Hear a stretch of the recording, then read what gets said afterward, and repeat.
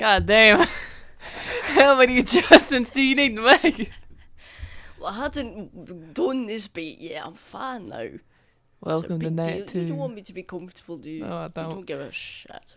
Welcome back to Nat 2. Oh, welcome. Oh, welcome. It's going to be... Oh, welcome. shit. It's going to be us today. I'm the DM. Yeah. We live... I'll talk about rats about anyone else. That's not true. What? Oh, we live. I thought that was the beginning of a goddamn sentence. And I was like, we live... ... We live, period. We live, everyone else fucking dies. Hi everybody, welcome back to another episode of Nat 2. Where's just the two of us? Naturally. Good morning, everyone. Good morning. We're doing probably the only ever morning recording session that we've ever done. Is that true? I think so. I mean, I don't think we ever started this early. I think we have started at like 10:30, 11 o'clock. I don't think we ever started at, I mean, it's 9:15? Wow. Wow. A couple of early I thought birds. that it said 9:51, and when you're like, I think we've started at like 10 before, I'm like, well. It's 10, idiot. It's not. It's 9:15. Yeah, we've done it until like midnight before. Yeah, I mean, we've started early. late and yeah, well, I guess technically that's as early, but we didn't start at midnight. Gosh, that would be horrible. Hey, we don't care. Everyone lives. Yay, good night. I can barely like do it because it requires like a weird amount of energy, like mental energy. Yeah, like we will actively sweat and get hot while doing it because we're like playing 4-dimensional chess. When if there's ever a time where all 6 of my characters are in one room, I think actually have an aneurysm. Yeah, that's why when everyone was at the orphanage, I kept like breaking people off into little groups because I was just like, and then Fingers, and then Thalen, and then Lucian, and then Meredith is here. Okay, add a fourth. Okay, anybody else? Hale. Now there's Hale. You know, like your brain starts folding in on itself. Yeah, but so Anne, it's morning. I work in coffee. Yep. In various capacities. Most recently, I've started roasting as like an apprentice, which makes me feel like a very old-timey sort of folk, you know? Old-timey. Like an apprenticeship. Like I'm just like, I'm like... Give me a second. My nose is bleeding. Oh? We out here getting nosebleeds. That's why if you record too early, you get a nosebleed. That's why we never done it before. Well, don't mind me. I'll have a little sip of my bean brew. Are you really bleeding? I don't know. It's spinal fluid. It's CSF. Yeah, we're driving to the hospital. There's an easy way to tell if it's spinal fluid leaking out of your head. It tastes sweet. Okay, if it's your own spinal fluid, feel free to taste it, I guess. I mean, listen, I'm not a doctor. If it is someone else's spinal fluid, a really easy way to tell is if you put a paper towel up to their ear, it'll have like, there'll be like a dot in the middle and like a halo effect. Actually, maybe cut this out, because I feel the need to like fact check that. Well, now I'm just going to fact check it, whatever. I know that this is right, but I don't want to describe it wrong. Disclaimer. Oh, hey, not so doctors. turns out, it's like it's potentially an antiquated test. Yeah. So yeah, they're like, it's like cerebrospinal fluid, CSF, separates from blood on paper or like a bed linen. So like there'll be the blood in the middle and then the halo of the fluid. But the first thing that came up when I did this after the like horrible AI nonsense was the halo sign is neither sensitive nor specific for cerebrospinal fluid, you freaking moron. They found saline, normal, rhinorrhea fluid, and tap water all separate from blood. So turns out. Anyway, how do we get here? You roast coffee. I roast coffee. Obviously, you can see the connection. I got a burn on my arm last time I was roasting coffee that looks sick, but that's beside the point. It does that like You look like a lizard. It's like textured like scales. yeah. The outside of the roaster is like a sort of like, if you will come with me on this journey, like a pebbled brass, and so I fell on it and the pattern like branded itself into my arm, so I look like I'm turning into a lizard. I feel or like it's I gonna have be like there forever. Like, knowing me, I'm like, my body is a tapestry of a scar. Like if I could get a paper cut and it would scar, and the scar would look way worse than the paper cut ever was. I roast coffee, and I am an apprentice coffee roaster. But at home I only drink instant coffee because I don't want to deal with all the associated nonsense. Also, Right. like, equipment is expensive. No, like, you gotta buy the gooseneck kettle. Anyway. yeah, but it's like a one-time purchase, you know? Well, I mean, I guess, but like a one-time purchase of like, depending on what you're using your thing for, coffee grinder, $100. Yeah. Gooseneck kettle, $40. You need a friggin' Hario V60. One day you're gonna die and all the money you didn't spend is gonna be wasted. This is, again, rich coming from you, Yeah. chronic underspender of money. I'll be like, we're gonna go to the grocery store, and she's like, we don't have money for that. And I'm like, to buy food with? We sure do. It's funny. I think the other thing too, though, is that I would rather die than make food. I hate cooking so much. I'm good at it, but I hate doing it. I hate like anything that takes time out of my day to fuel my body. Please just have it be ready for me. And which is bad because I don't have money. I'm a broke baby, and so I can't just like go eat out all the time. And also, that's like generally not good to do, even if you did have money for it. And so I have to suffer every day, which is funny because I used to work in coffee, don't anymore, and now I'm a baker. And so I wake up at 3 something in the morning to go literally just make food for hours. Yeah, but Like- baking is different kind of than like making a one-off meal. Yeah, I mean, I feel like baking is more convoluted. Like, because like with cooking, I feel like you can chop up a bunch of stuff, put it in a pan, and then do whatever the heck. With baking, I'm like, I gotta make sure that everything is the way it needs to be, or else it's gonna like turn out to be Satan incarnate when I open up the oven door. Shut it. You put in one cup You of put flour in, too now much. you have conjured the devil. Recently I've been making macarons. Which, that's crazy. Like, to know someone who can do that, it's like knowing someone who can make croissants. I'm like, you're like a floating ethereal being. The first time I tried to do it, I was like, well, this isn't gonna work out, so I didn't make very many, and then it perfectly They worked were out. awesome, yeah. So I was like, okay, I'll make 3 different kinds this time. Don't do that. It's the worst thing. Like, now I have respect for, I mean, not that I didn't have respect for them in the first place, but for places that specialize in making macarons. Yeah. I'm like, damn, y'all have like 20 different flavors. You can't just like pre-batch and then separate them and then add the flavors because you're going to deflate the batter.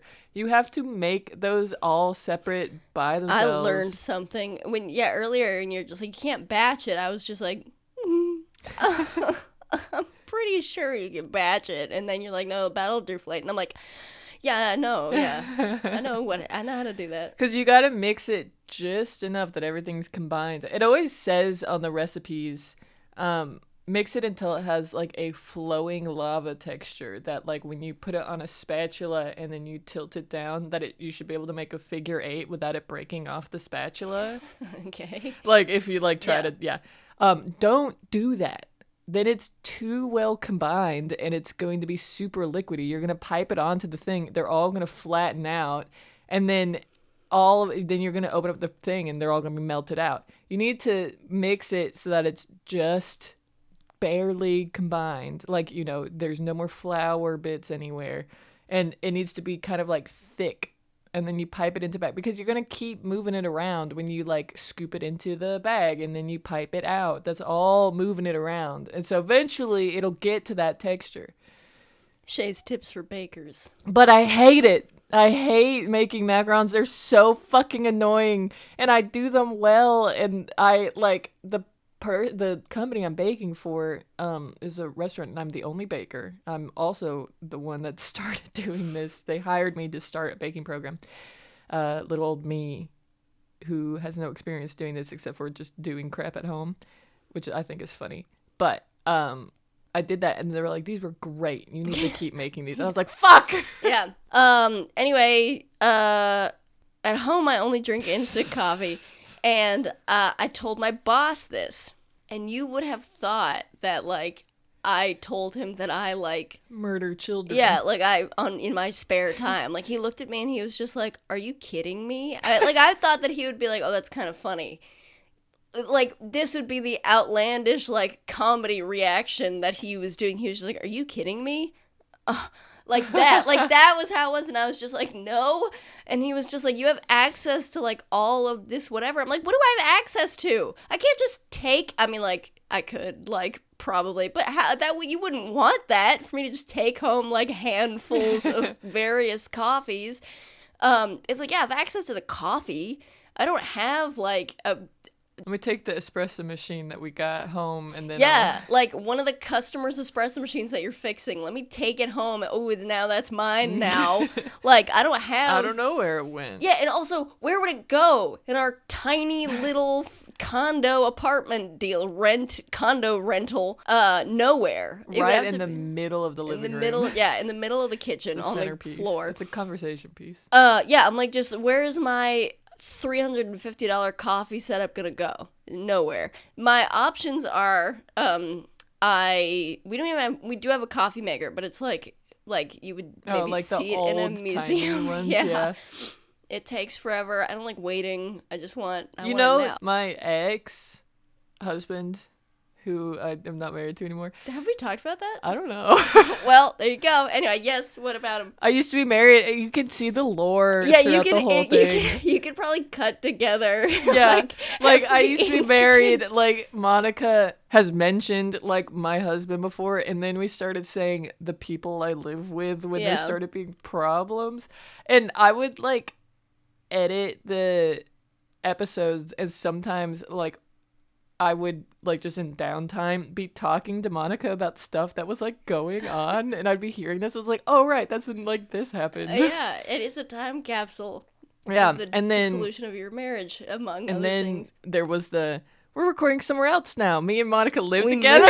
We move, yeah. Well, yeah, you could string that all together. Really, the podcast is a backdrop to me quitting my job. Yeah. By the way, this job was like my whole life, and it was like a whole big thing.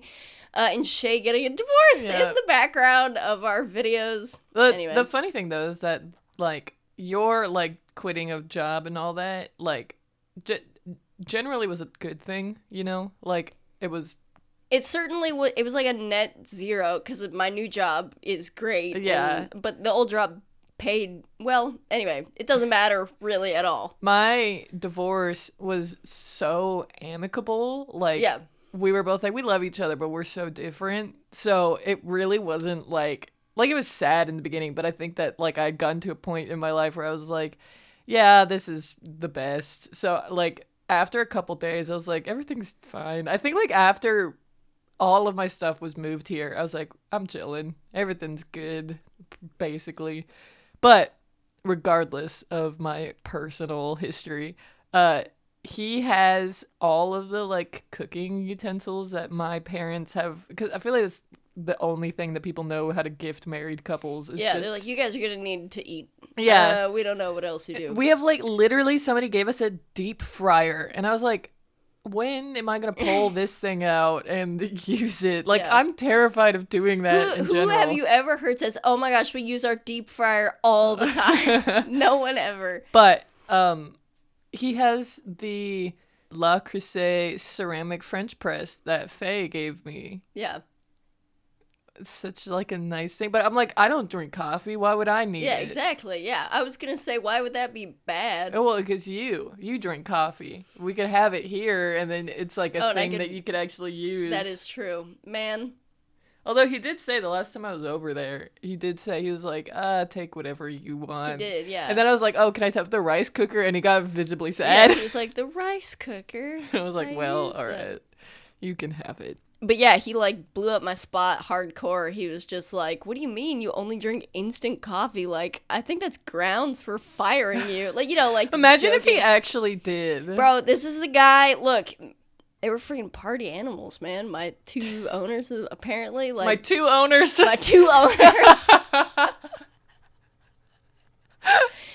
And then I have to do whatever they say, and they're really mad right now because I drink instant coffee. But yeah, because one of them was just like, yeah, we got some like crazy liquor in the back if anybody wants to take a bottle home, like it's a Christmas bonus. Liquor. I mean, like it was by the way, I didn't like manifest this in his brain. I wasn't like dropping like subliminal messaging hints that this is involved in our podcast. The only and first thing he said was peach schnapps. I was like, crazy liquor. Yeah, my parents think that's crazy yeah, liquor. I mean, the freaking, but he was just like that, and then it was like some other thing, and then he was like, yeah, we have them for the ice luge. And just let that kind of hang in the air. And I think everyone was trying to decide whether or not they were going to pretend that they knew what the heck that meant. And eventually someone goes like, the ice luge? And he was like, yeah, you might get like rivulets in ice and you pour liquor down it and do shots. And we were like, no. No one has ever done that ever, bro. How do you have a business? Yeah. If you've ever done an ice luge, I don't understand how you own a business. You gotta be like, I'm a free spirit, like living in a van or something. Who freaking knows? Let's maybe start. Yeah, I was gonna say this has been gone on long enough. In the last episode, who knows what did happen? What did fucking happen? I know that the group that is going to Analaevrah kept going on their way, and then literally like they were just kind of bantering about nothing, and then eventually Mia was like, hello, I think that there might be giant spiders around. Yeah, they were sort of vaguely talking about whatever, and then they sort of were talking a little bit about Harithia, and then they also I'm upset that I didn't get to ask what the fuck the salt mine wars were. You Cash dropped that, yeah. And me as Ethiot, I was like, what are those? I'll ask in a second. And then spiders happened. Mm-hmm. Look at my listening skills. Brad, dude. Just after saying, I don't know what happened in the last episode. Yeah, they were Cash talking, and then Mia was like, there's like a carriage tracks here, and then also silky little spiderwebs everywhere. Silky little baby little spiderwebs. And nobody wanted to listen to her when she was like, danger! Danger, Will Robinson! That's Finch. Anyways, nothing happened with Vahrae except a flashback. God. The amount of shame I felt as Vahrae. Yeah. Yes. Right. In a little flashback with Farneal and Anna, Vahrae tried to go see Farneal, was not accepted into the castle because he didn't have an appointment. Basically, Farneal was like, you need to get out of here, and then mentioned something about having an like appointment or like a thing to do at 12:30, and Vahrae was like, code for when we can meet up. I think really if he used his brain for 2 seconds, he would know that's not what that meant. But he was like, I want to believe what I want to believe. Yeah. You know? Anna was out about in town getting suits for the ball for Farneal, and then saw Vahrae and was like, you know, the coachman of the carriage mentioned Vahrae continuously trying to see Farneal, and Anna was like, well, why? Let's find out, you know, and then let's shake things up a bit. But also because he was playing the violin, and Farneal has mentioned his best friend playing the violin, and she was like, wait a second, let me connect these two dots. Are you best friends with Farneal? And he's like, I would hope so. I mean, I don't know what else we would be. And she's like, oh, okay, well, and then he mentioned the 12:30 thing, and she was like, oh, well, maybe he was gonna meet up with you during the appointment. I mean, I could bring. We're about to do that now. It's almost 12:30, and he was like, "Yes, in fact, I will." Read some poetry to Vahrae, which then Vahrae started asking questions about it, and she was like, "You need to stop. Like, I cannot talk about what I didn't even want to read this to you." Yeah. And so then they get into the room that the fitting is going to be in. It originally was going to be in Fernil's room, and then because Vahrae was there, she was like, "Well, we're going to do it somewhere else." And she told Vahrae that he needs to cut it out, and also he needs to take a bath every once in a while. And accidentally called Fernil by his first name instead of Master Hazen. And Vahrae was like, "Fernil, eh?" And I think immediately was like, "What's going on with you and Fernil? Because all of a sudden you're talking to me very cavalierly and referring to Fernil by his first name." And then I point it out and you get all flustered and be like, it was a mistake. And then Anna goes and tells Fernil that Vahrae is here, and he gets so angry and goes into the room and chews the fuck out of Vahrae, like nitpicking his appearance, how he smells, how much of a nuisance he's making himself, like over and over and over again. And Vahrae's like, "Okay." And he's like, you're standing there laughing. And he's like, "What else do you want me to do? Get on my knees and cry and beg for your forgiveness?" Like, whatever. And then Fernil's like, "Well, I've gotten it out of my system. You want to hang out?" And Vahrae's like, "No." Why would I want to do that? He's like, "You know what all of this reminded me of is standing there at my parents' house being maligned for all of my choices in life." And Fernil's like, "Don't compare me to your parents." He's like, "Well, don't act like them." Shay getting legit mad and heated. But so then Vahrae was like, "I'm not staying. I'm gonna leave." So it was good seeing you. I guess I'll write you. Goodbye.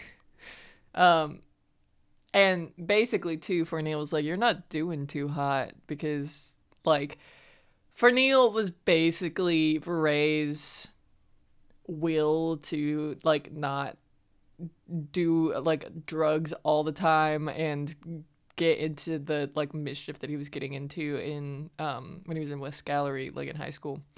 And now he's not there, and he's like, "Well, the only reason why I stopped was because Fernil cared, and now he's not around, and I have nothing to do ever. So, well, my parents don't want me to see Yusufi. Like, they prevent Yusufi from being able to come see me, so water Clary, eh? Maybe let's try to find some of that." And now he's like, "Well, okay, maybe not. Maybe I need to get my fucking act together."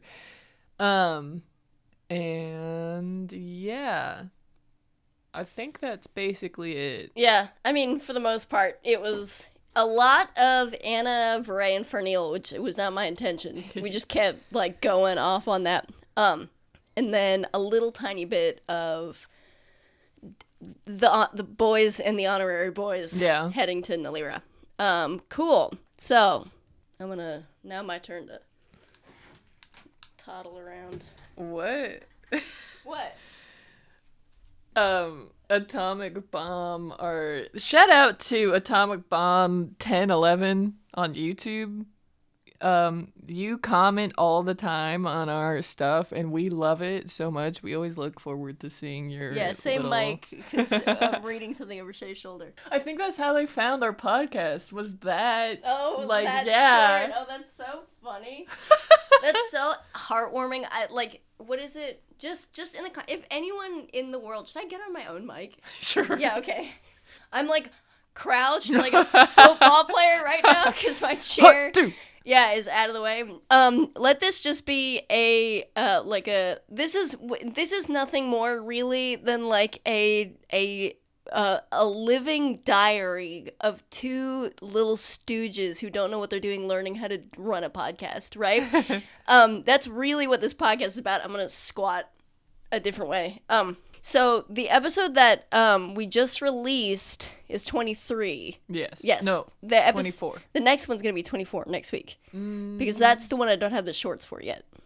No, we just released episode 24. Oh. The next episode that we're going to be releasing is 25. This is episode 57. 57, yeah. So we are more than that many episodes away in terms of recording from the episode that, what is that, Atomic Bomb, whatever? Yeah, Atomic Bomb, like 10, 11 or something. Yeah, like 10, 11. Shout out. Yeah, 10, 11. Commented on. And really one of our first and only interactions, like, with the specific, like, a specific moment or something in an episode. And we're so, like, heartwarmed by anyone who, like, comments. But, like, so let that be, we're about in time, because we can hear, like, in the intro what was going on in our lives, what the weather, like, you know, what season it was, really. We're about a year in the future from when we were recording this to that interaction. So it'll be interesting to see a year in the future from, like, this episode. Are you still here, Atomic Bomb? Are you still here, Atomic Bomb? Are you still watching? But just, like, anybody who like, I don't know, wants to start doing this, like... Literally just do it. Like do it, but also, like... The expectation really is that it's a slow game, man. Like, I mean, like, I've heard that, but, like, participating in it. Anyway. You really just gotta enjoy it. Like, if you're not enjoying it and you're doing it for clout or whatever. For the views. Yeah. It's gonna come across that way because you're gonna be concerned with that and not just concerned with your own enjoyment of it. But, so anyway, let this be a cross-section of, like, our... You peel back the curtain a little bit and be like, cool, so it's been a year-ish since we started uploading episodes? No, I don't think so. I think I think it's been like 6 months. 6 months. So 6 months since we started uploading. And we're about a year in the future in terms of recording. So we started recording... All right, Monica. Like a year and a half ago then. Yeah. Is that correct? Okay, like that. So in a year and a half since, like, the moment we started recording, that might not be accurate, but it's been over a year. Like, this is where we are in terms of our, like, presence on the internet. Anyway, I'm going to get another cup of coffee and use the bathroom. Mwah. And then we shall begin. Righty. Got my coffee. Had an ibuprofen.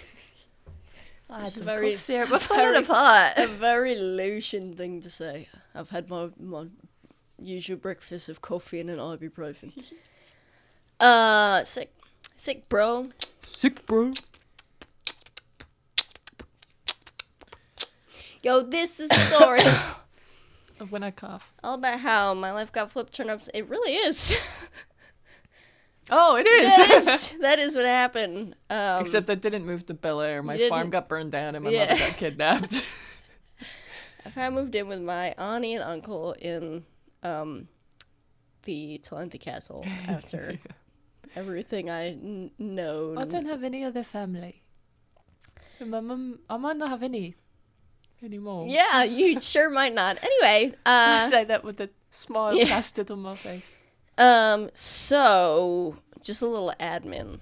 Your time off request is not approved. So now that Anna exists within Okay. So now that Anna exists within the context of the story, if you want her to be in the story, you can just have her be in the story. Like, for example, like, I want you to feel free to let her jump in at any moment. Okay. And in any way that feels natural to you, as long as you can justify her presence. Okay. Like, even if you wanted her to appear in the Talenthi Castle for the ball, something like that. Like, because she is real. Yeah. I mean, you could say, literally, you could be like, she died, this is how. I don't imagine you would want to do that, but I want, you're the author of her fate. Yeah. Imagine if she's fucking murked. Is it cool if she's dead? Is that cool with you? Can she be a ghostly apparition at the Talenthi Castle. I mean, if you justify it, baby. However, just for the sake of, I'm in charge. Okay. I will allow you to roll to see how close you get to this desired outcome. Okay. If your justification is very good, I'll let you roll with advantage. If it sucks, you can roll with disadvantage. Okay.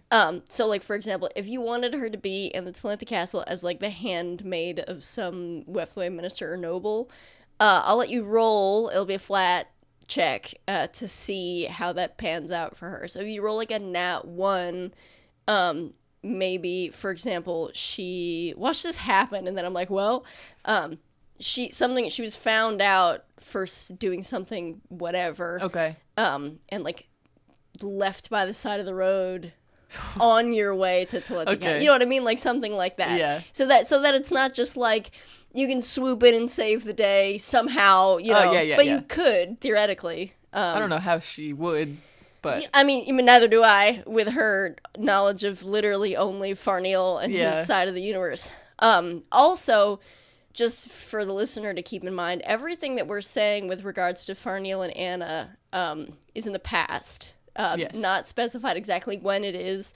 but it is well before at least reasonably before the events of the podcast. So don't think that the ball that is happening at Fenwild Castle is happening concordant with the time of the ball at the Talenthi Castle. Yeah, no, I mean, because also, like, Lady Gwynth hasn't even gone to Waypoint Town exactly yet, so just to like play, but I don't want, and just so there's no confusion, you're just like, wait a minute, how is Farneal fine? He's not, as you know, or at least you think you have no reason to suspect that he is fine.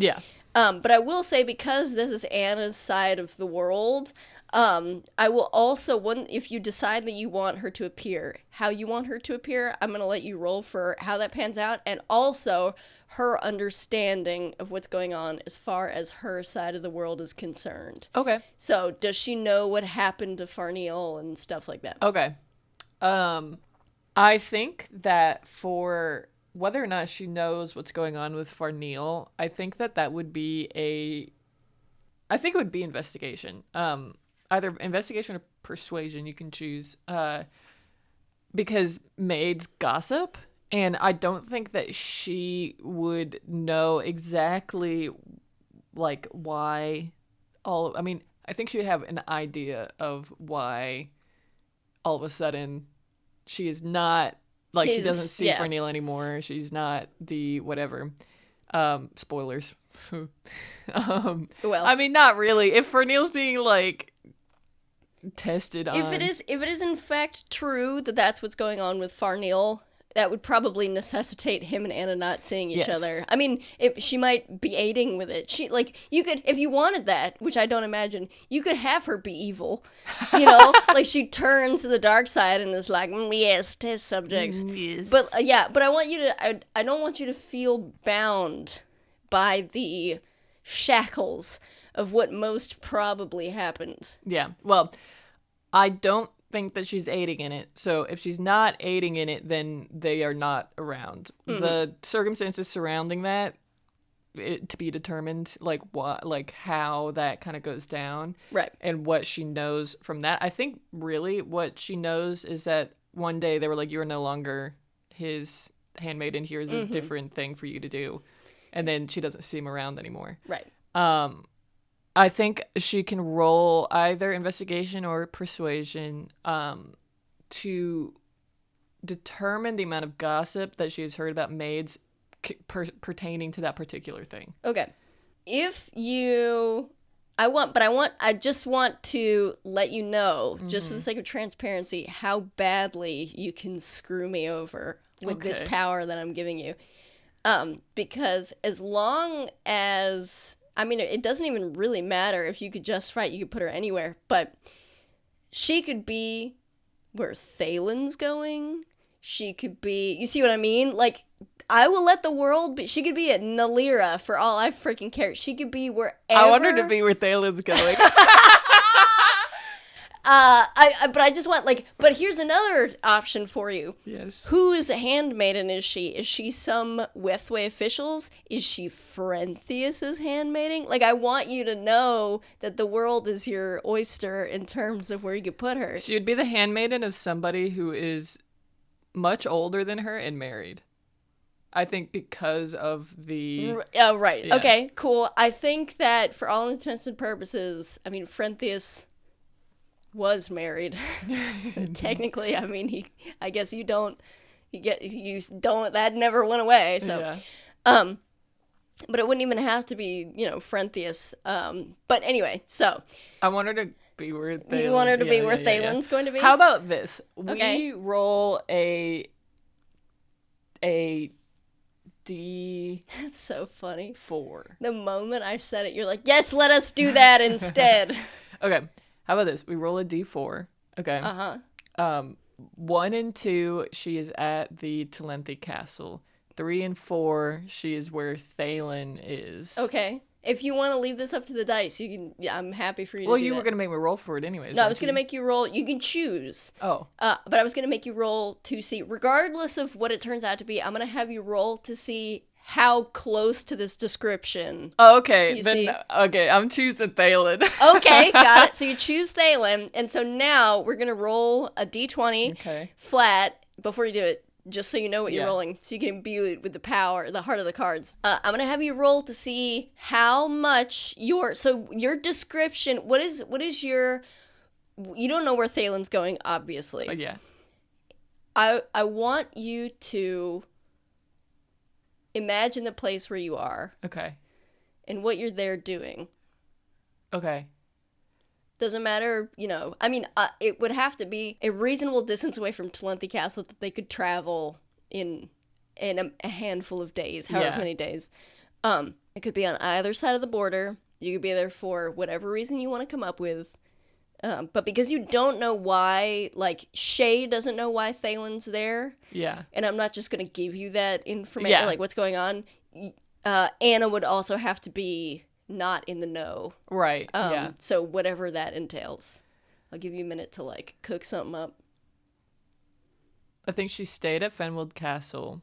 I think that she has not yet been reassigned to somebody else. And she is just generally tasked with daily cleaning tasks. So, like, I think that there are, like, obviously bedrooms she has to clean that aren't already assigned to maids. Like, maids will clean their own assignments bedrooms, but there are, like, empty ones or ones that contain people that don't have a specific person assigned to them because they're not important enough, or etc. I think that the, like, libraries, the, like, laundry rooms, stuff like that are cleaned by them.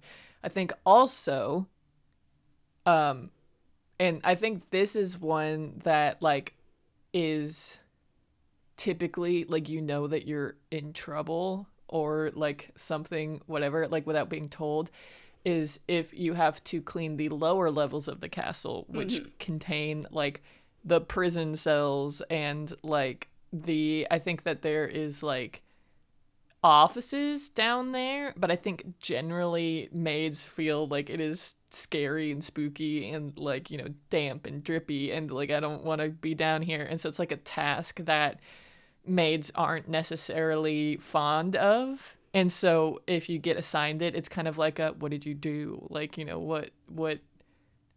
did you piss off to have to do that? Okay, cool. Yeah. So now, I told you that you could be wherever you want to be. Yes. So what this means basically for me is that Thalen is going to Fenwild Castle. Yes. Okay. In when you roll your d20 and you get a good roll, that's what happens. Okay. Which is funny because I didn't think about the implications of that, and that is not where he was going. And so now I will have to divert him to Fenwild Castle if you roll high enough and justify why he's there. All right.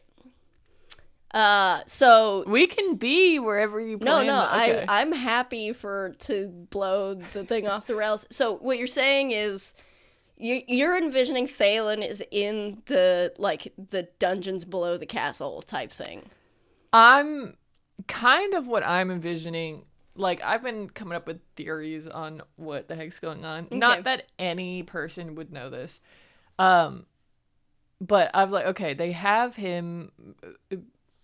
They want information that maybe they've already been getting information from him, considering that, you know, like, Austin knew about the Crystalline Inn. Yeah. Which, by the way, he's alive. I forgot about that.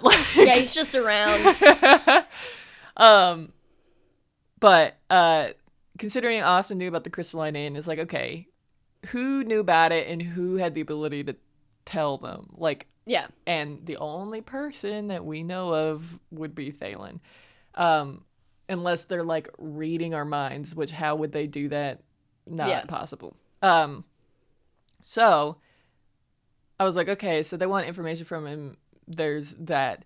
But also, as Vahrae knows, and now Thalen, I mean, they're the only two people who do know. They are potentially taking people from Herithia and getting them sick to experiment on them. Mm-hmm. And my brain was like, oh no, Thalen, keep it under wraps so you're from Herithia, dog. Because, I mean, probably they already know that, though. Yeah. And so I was like, oh no. You know, I've been thinking that, like, if they do that to my boy, how awful would that be? You know, so. Cool. Wherever that would. But also, that's just my theories. That's not what's going on necessarily. Yeah. So we'll say that would certainly be a place where they would be able to meet up, which also means that there have to be dungeons under Fenwild Castle, which is fine. I think like that political, would, yeah. Look, I played a Zelda game.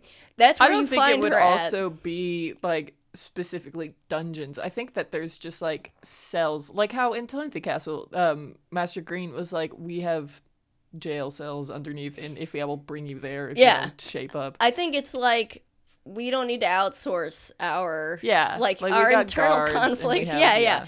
Like, why would I, if someone approaches the castle to do harm, like, yes, I could, whatever, but you can't necessarily, like, maybe the prison is away and it's like, we need to deal with the situation now or something, and then there's that. Also, I think, you know, occasionally, every now and again, someone will get in trouble that the clans do not necessarily want to divulge in that moment. And if they're, like, in chains being dragged to a prison, like, you know, they're not going in an armored car, they're going in a carriage. Yeah, they're like, oh, the minister of whatever is arrested. Yeah, we, you know, let's just take care of it privately. So it's not like palatial. Well, it's palatial by necessity of it being in a palace, but it's not like rooms and rooms. It's just like a little like section of cells, and they're almost always empty except for every now and again. One of the ministers has a very troubled son, and he will get hammered. And the minister will put him in the cell to, like, let him cool off. And he has, like, a filthy mouth and will just, like, frickin', you know, bother Anna while she's, like, scrubbing whatever. Hey, baby! Yeah. You know, you're wearing that for me, aren't you? Your little outfit. With the uniform. Yeah, it looks good on you. What will I say? You let me out of here, and we can. You could what? Put it on. The maid outfit. And then you'd be naked. So you want me to be naked while you're wearing the maid uniform? So, you know. Why don't you go to sleep? Okay. You know, it's like that. And she's just like, Cool. So, roll your fated D20. 5. All right. Well. Oh, no. Seeing as I'll let you roll advantage. I forgot. Oh, Yeah, right. because I was like, that's perfectly justifiable where she would be. So we'll see. Okay, that was your 5. That was roll number 1. 13. 13? Okay, not bad. I'm going to say that you're down there, cleaning the dungeons. Like, they're not oft used. Yeah. So they're not, like, bad, really. It's like the reason why they have to be cleaned often is because it's always so, like, damp and yeah, gross down underground, there. Yeah. dank. It's like cold as They have, heck like, a down rat there. problem. Yeah, it's like nobody cleans it unless you get in trouble, and Yeah. so there's grime from like the last time the one son was down here puking everywhere. Yeah. So you're doing that. And you're scrubbing the stones, and it's we'll roll now your investigation check to see how much you know about the state of affairs. Nat 20. Really? Yes. And I get a +0, so. Okay, so here's the deal. Good lord! I'm gonna say this. You can tell me if you don't like it. The reason Anna has stuck around Talenthi Castle, the Fenwild Castle, Yes. when she could, I mean, you could what? Escape. You could Transfer out. You could transfer out. You could, request. Like there are ways that you could hit the eject button. Of course, you'd be uprooting your entire life, and you have like maid skills, but you don't have like life skills. Yeah. Like you're like, how do I? And both of my parents are here too. Yeah, so your it's like, family's yeah. here. Everything you've ever known is here.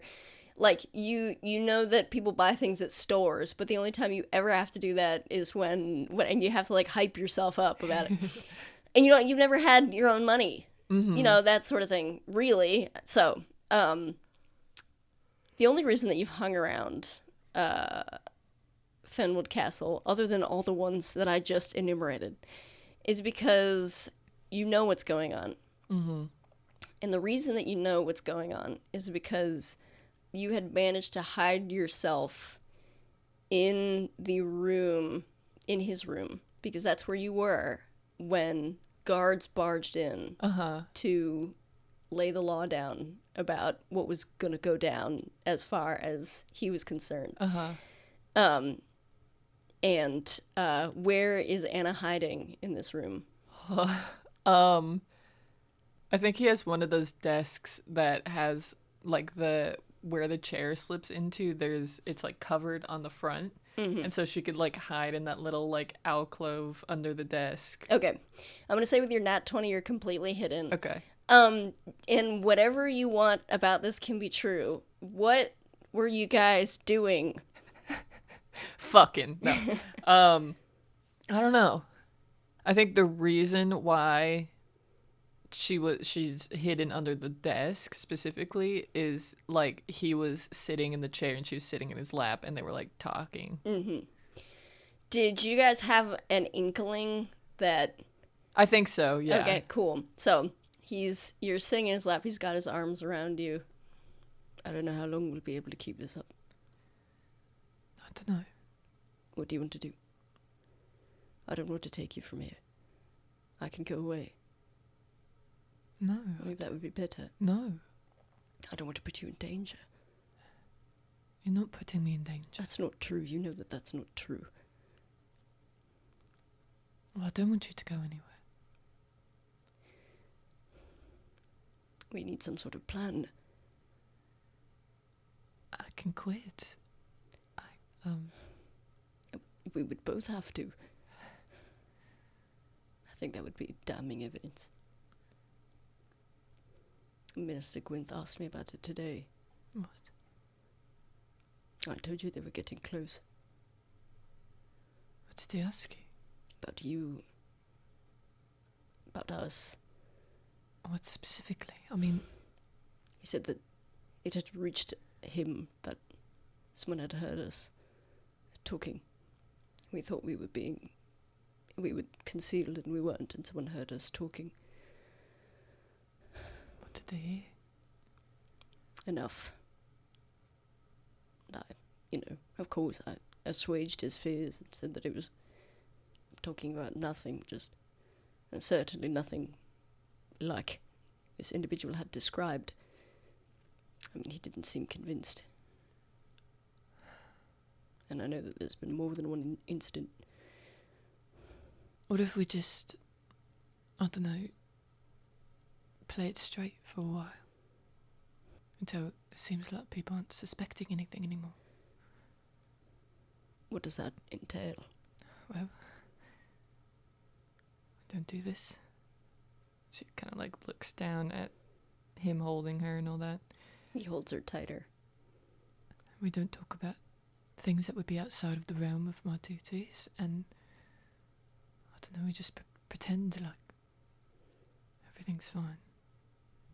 And we do that for as long as it takes. I suppose there's nothing else we can do. I'm sorry. Why are you sorry? Because my own inability to control myself. No, it's not like you're forcing me to do this. Well, this is it then. Good roll a perception check. 12.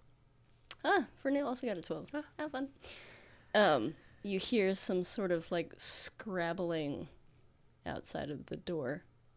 I think that she like stands up and she like looks at him kind of like wide-eyed. He's gonna get up and like kind of quietly like run over to the door and put his ear against it. Mm-hmm. Hide. Somewhere, anywhere. Quickly, She's gonna like drop down and get under the desk. You get under the desk. And just in that moment, you see Farneel think across his face, like as you see him just kind of stand there, you see him think, act natural. Mm-hmm. And he comports himself into something that looks as normal as he can manage. We'll see how well he can manage. Not very well. He rolled a 2. He's gonna start. He's kind of just like looking around for something to do. Mm-hmm. When the door explodes off of its hinges, you hear like key, Mm-hmm. like that, and then very quickly after the door just opens, and in barges Minister Gwynth, some other like witness or whatever, and 2 guards with them. I feel like there's like a crack in the like where the sheet is on the front of the desk, and then there's like a little crack where it doesn't quite meet the top of the desk that she can like see, like peer out of. And Farneel like steps back, kind of just puts his hand to the side, and the minister, you see him in all of his like glory. It's like quite late. It's like 10 o'clock, and so it's dark out, nighttime. People are asleep except for you guys and also these guys. And you hear the minister, and you also see him say, "Where is she?" Excuse me, minister, who are you referring to? Where is she? Your maid. I don't know. I expect she's in her quarters. We know that she is here. The sooner you do this, the sooner you reveal to us where she is, the sooner this can all be over. I'm sure if you checked, you would find her in the maid quarters, I imagine. He's gonna turn to the guards and say, "Search the place." And you see the guards start like looking around. He backs up and says, "Minister, what is the meaning of this? I assured you that there's nothing going on between us," as the minister is like barging into the room. And you see the door shut. The other guy who's with him shuts the door, locks it. "This is quite serious, Fenwild. You realize that? A man of your situation canoodling with one of the maids of the palace does not reflect well on your people. You understand that?" "Yes, I understand. I would understand if that were true. Fenwild, it's time to give it up. We've heard from the maids, we've heard from various other resources, but it was the letter that we found that has sealed your fate." "I beg you, the letter, indeed, is quite incriminating between you two. How do you know that it was written by us?" Oh, we have our ways of knowing. I don't suppose I could see the letter. Well, I don't see why not. We shall have it brought forth for you once you reach your future accommodations. My what? Well, you see, he sits down on the bed, and you hear guards approaching, and because you have a nat 20, I will let you... Well, actually, roll stealth. 17. Cool. You're pretty in there. Oh no. You hear the guards kind of like going around you, and you hear one kind of like poking around, like sticks his head underneath the desk, but you are oriented such that would he not see you, or would he see you? No. No, why would he see me? I'm going to say that you see him standing over the desk, and you see that he must have looked in, but you're behind a little, like, there's, like, the space where your legs go, and you're not there. You're, like, on the other side, and he doesn't think that that is, like, open or something. Okay. Like, he doesn't understand the desk. You hear more, like, going through closets and, like, bathrooms, looking under the bed, like, picking up the mattress and stuff. And you hear him say, well, as I've said, Fenwild, this is quite he was just like, my future accommodations. Won't those just be outside of the palace? I mean, I imagine that I would lose my job. I think that I would understand that. Fenwild, this is quite a serious offence. And, of course, yeah, naturally, normally, we would, perhaps that would be serviceable. But in this particular instance, I think that I would be shocked if you'd want to be seen, you know, your own people disgracing them in this manner. Of course, it'll be front page news, but I don't think that we need to do that. I mean, it can't just be handled privately. No, not something of this magnitude. Unfortunately, as a representative of your people working in the castle here, I don't think it would be appropriate for it to just be swept under the rug, Fenwild. I mean, people need to know if this is the nature of your people. I think it would be doing the nation a disservice if we don't disclose exactly what sort of folk you are. Oh, I don't suppose that this could just be chalked up to some sort of isolated incident. And you hear them kind of like going back and forth. No, unfortunately. Well, I mean, I don't suppose there's any way that this could be avoided. I don't have any money, as you know. But I could, I don't know, do something for you. Couldn't I do something? Isn't the work that I've done worth anything to you, to all of you? This has nothing to do with my job as your aide. It has nothing to do with my work here. It's just a personal matter. I'm a young man. I don't think it's fair to be so maligned for mistake. And I understand that it is so horrible to you, and a poor reflection on the people of Vahrae for whatever reason, but I don't think it's appropriate to drag my name through the mud. So drag our names through the mud. Me and Vahraeans in general.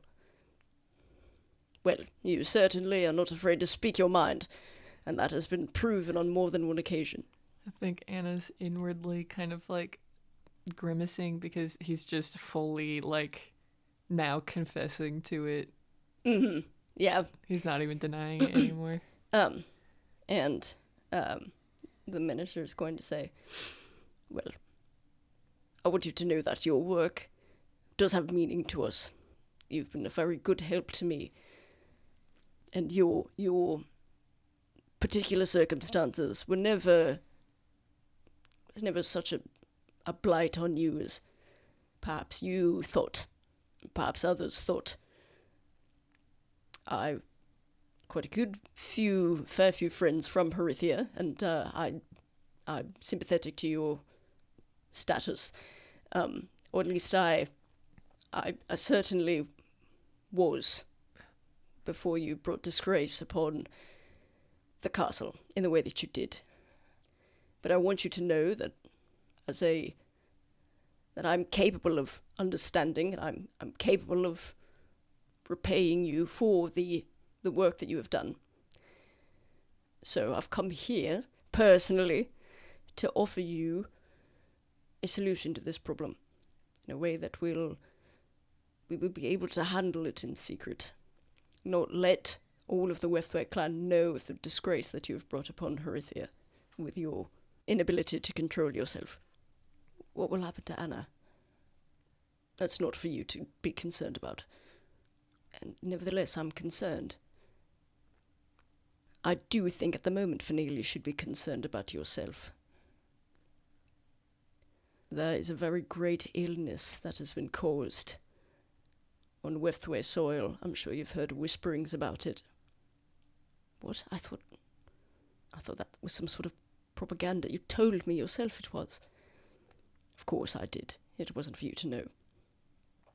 There's a task force within the castle that is looking for a cure. The task force that needs volunteers. What do you mean volunteers? To aid in the research. What, and that's all I would have to do to... Well, of course. Of course. I want to be a help. I want to be a help in any way that I can. As I said, I care about my work here, and were that this was not a problem, I would keep working here. So yes, and if I say yes, then you won't malign me in the newspaper. This can all be forgotten. And Anna can... she won't be brought to disgrace. Exactly. Well, how fortunate it was that you've seen this my way. I would hate for such a talented mind to be wasted. Such a hard worker, by his own inability to repress those more basal urges. Yes, indeed. And Anna will be fine. This is purely me, as you've explained to me. Oh, certainly, she will be dealt with by the maid staff. Surely I know nothing about their sort of proceedings, but she will continue to work in the castle, that is certain. Well, something about some new accommodations. So we found her. And you see Fuck. a head peek around the corner of the thing. You're staring at them talking. You see a head peek around the thing, and then you feel a hand reach in and just grab at you. Let go of me. We don't need to do this. She's fine. Everything's fine. Oh, well, would you look at that? And they drag you out of underneath the desk. You said that she would be okay. Well, of course she would be okay. Now take her to the maid quarters. Fernill's staring straight at you. I'll be alright. I will. They're not going to hurt her. Well, of course not. They're family down there, I imagine. Now, run along. I said let go of me. I can walk. He's holding on tight. He's grabbing your upper arm really tight. And Farneel, you have one last moment.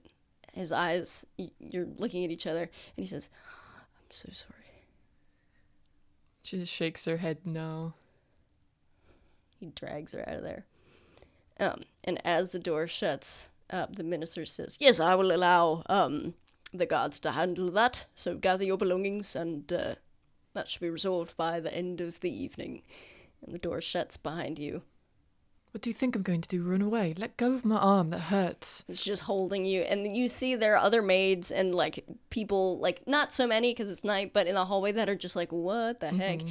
As you are dragged back to the maid quarters. And what ends up happening is, you have a lengthy conversation with Miss Duvet about stuff, and you get told what's what, and that's the situation. So that is what you know about where Farneel is. Okay. And you have not seen him since this So, conversation took place. I don't know that it's necessarily detrimental to him. Yeah, you don't know that. It's just he's just voluntarily helping with the research. Yeah, that is as it has been Okay. presented. But it's not like it. You would think that you would see him around. Yeah, and and you I have don't. not seen Yeah. him around. You also know that there are places in the castle that are not. You don't go into. Do I know, though, that he's still here? Because they said something about new accommodations, and that could mean anything. No, you don't necessarily. Mm-hmm. And also, no one has spoken about it. Okay. But I'm gonna say with your nat 20, Mm-hmm. I'm gonna say that on the way out of whatever, like as you're leaving, the minister's going to say, "Oh, don't bother with the suitcase. There's not so much room."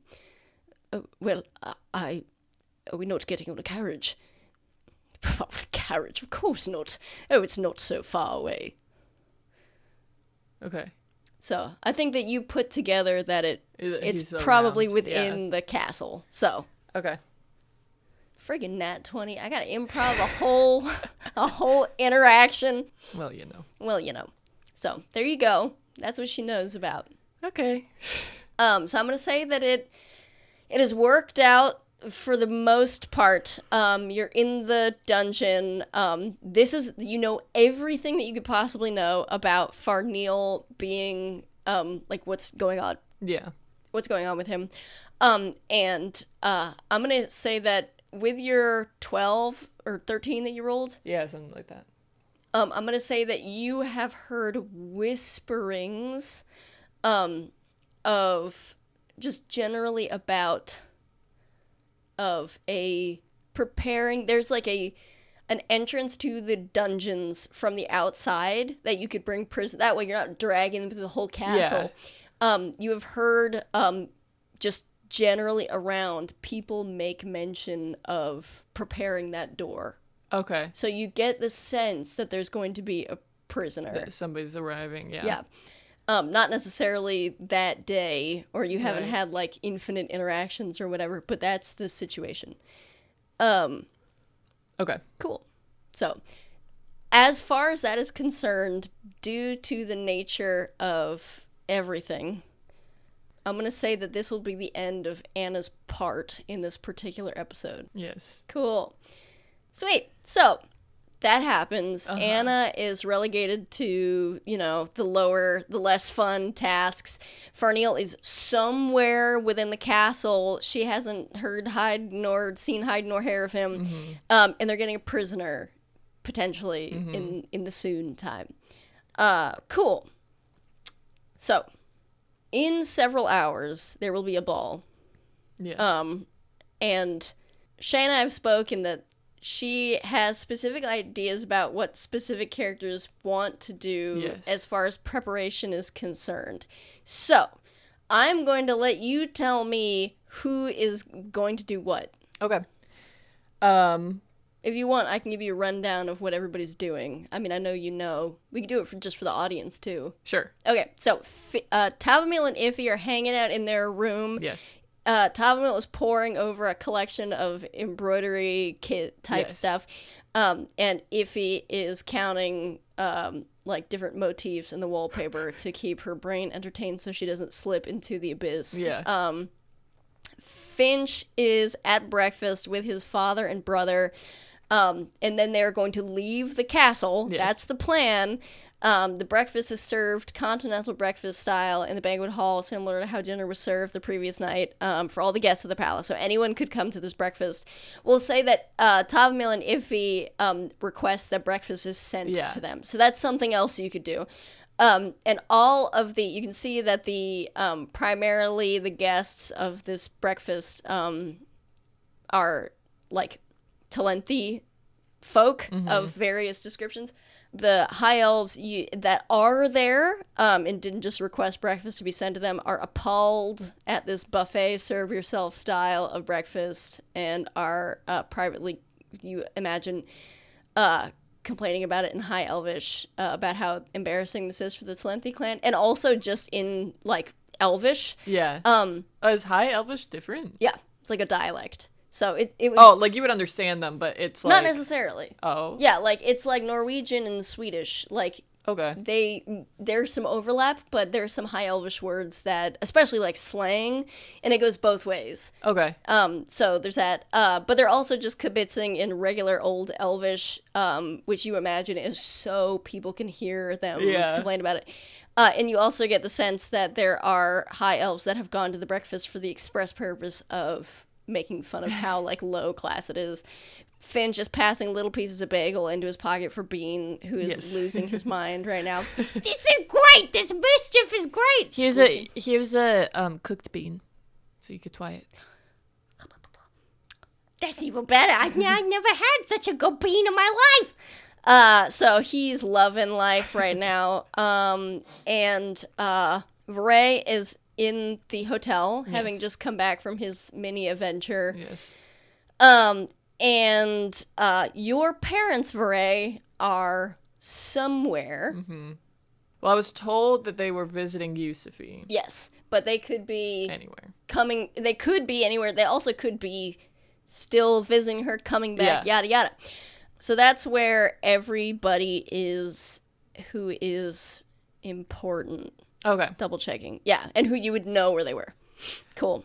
So Iffy and Tavmeal don't necessarily have any preparations to be made before Vahrae.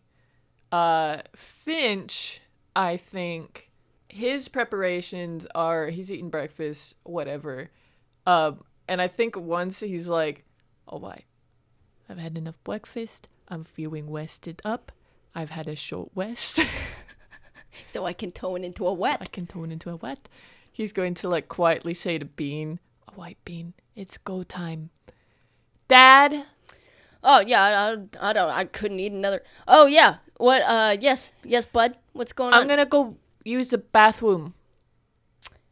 He's gonna look up at Jack. And Jack is gonna look down at him. Are you gonna watch me pee-pee? Why, I myself, I had a cup of coffee, and it gets the old tummy rumbling. Why don't we all have a nice family trip to the bathroom? What do you say, boys? That's weird.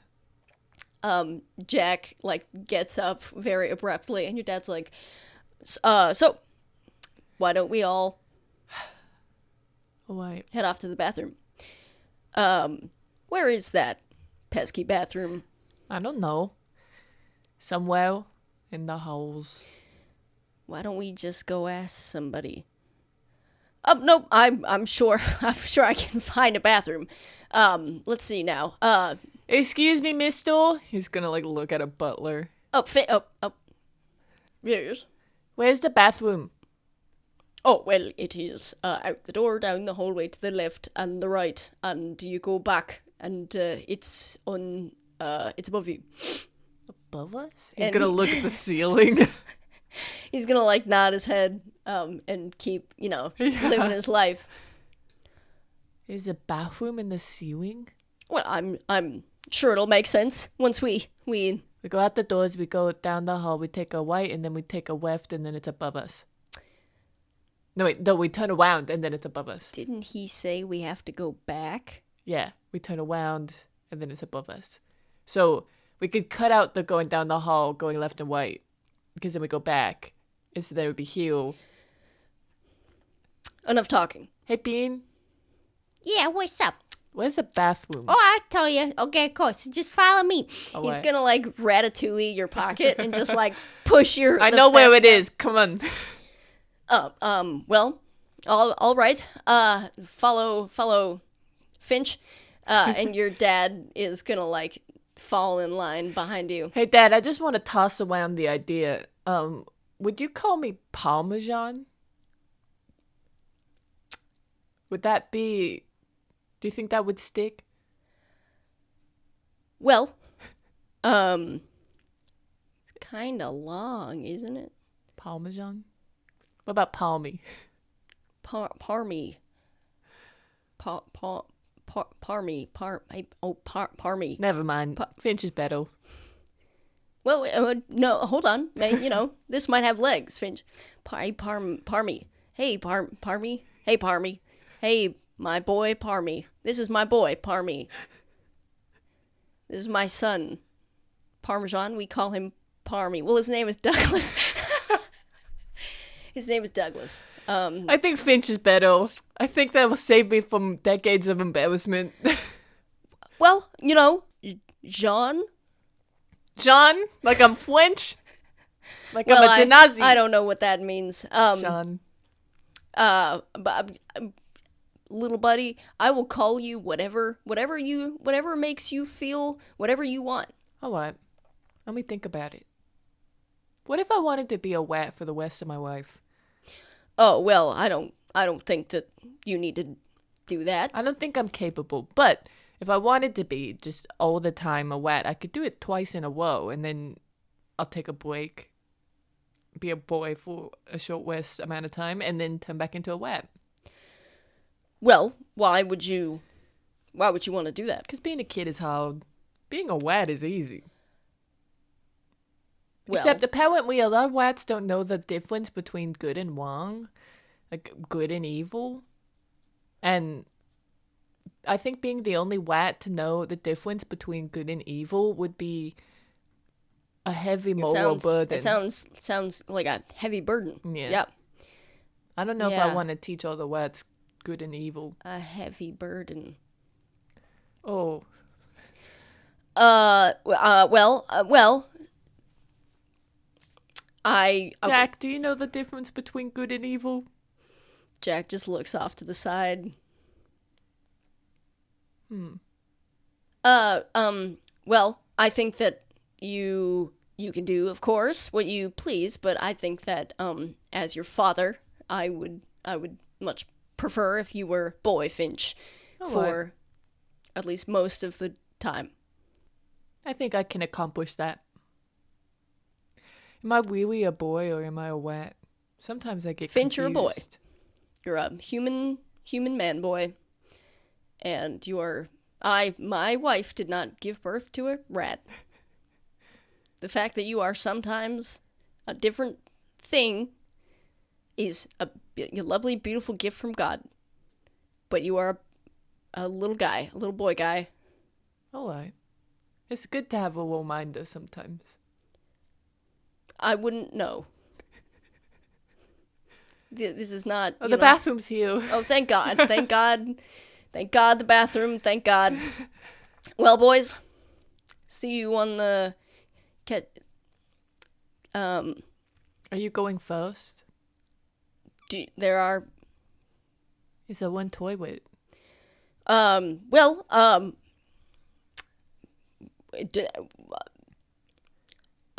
I can go first. Finch, why don't you go first? Oh, wait. Yes. Goes into the bathroom, closes it, locks the door. Oh, wait. Are there any holes in here to get the heck out Jack, of here? That's called parenting.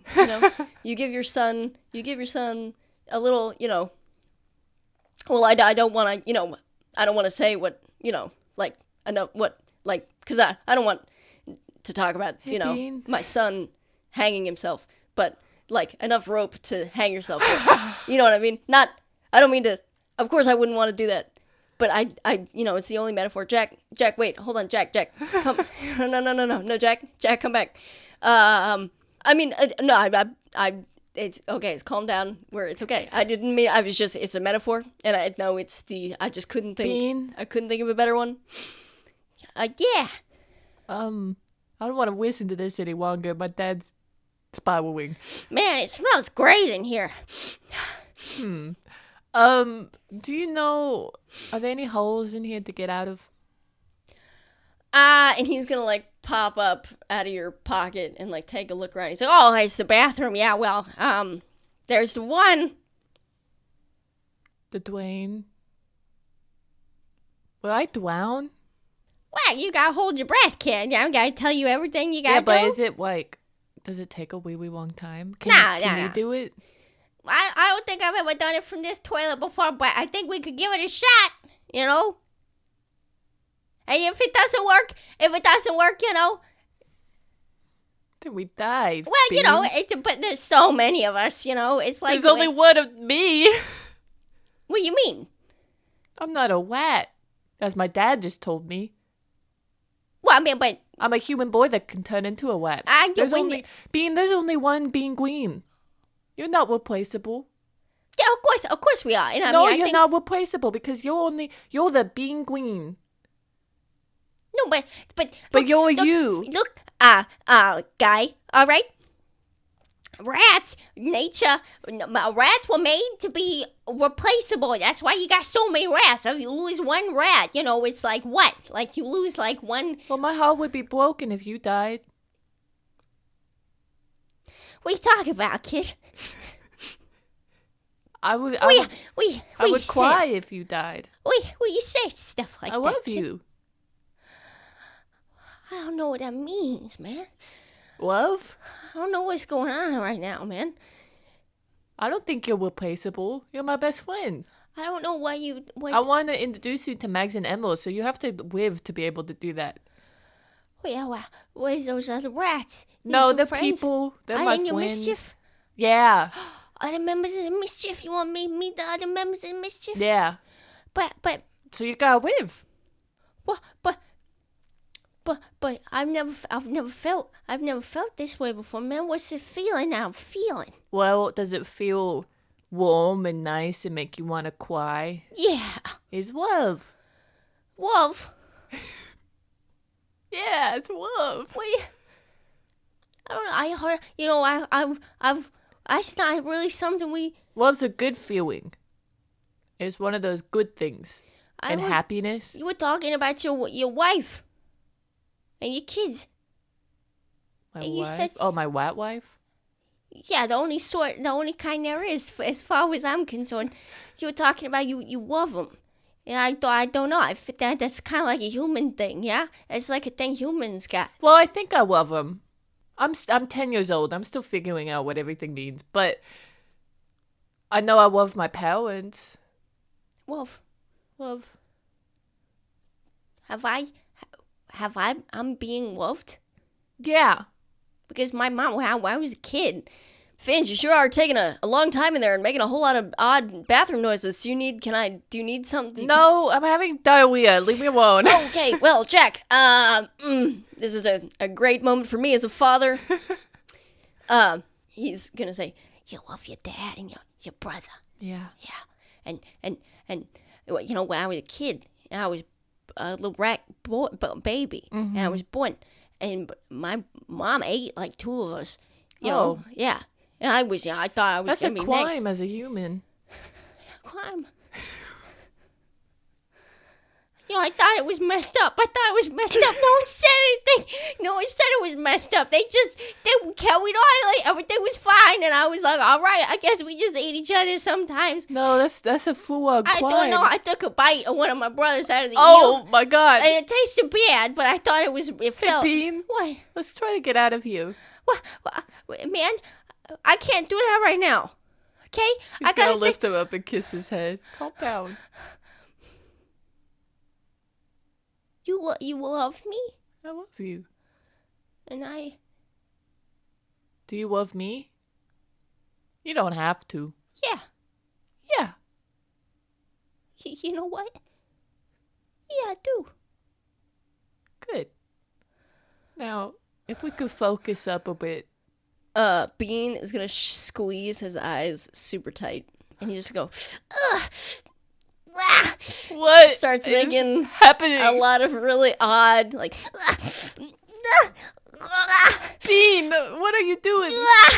And in a moment, it's almost too quick. You feel like you didn't actually see it. One of his ears poofs into a human ear, No, this can't happen. and then it poofs back into a little rat ear. And he's like,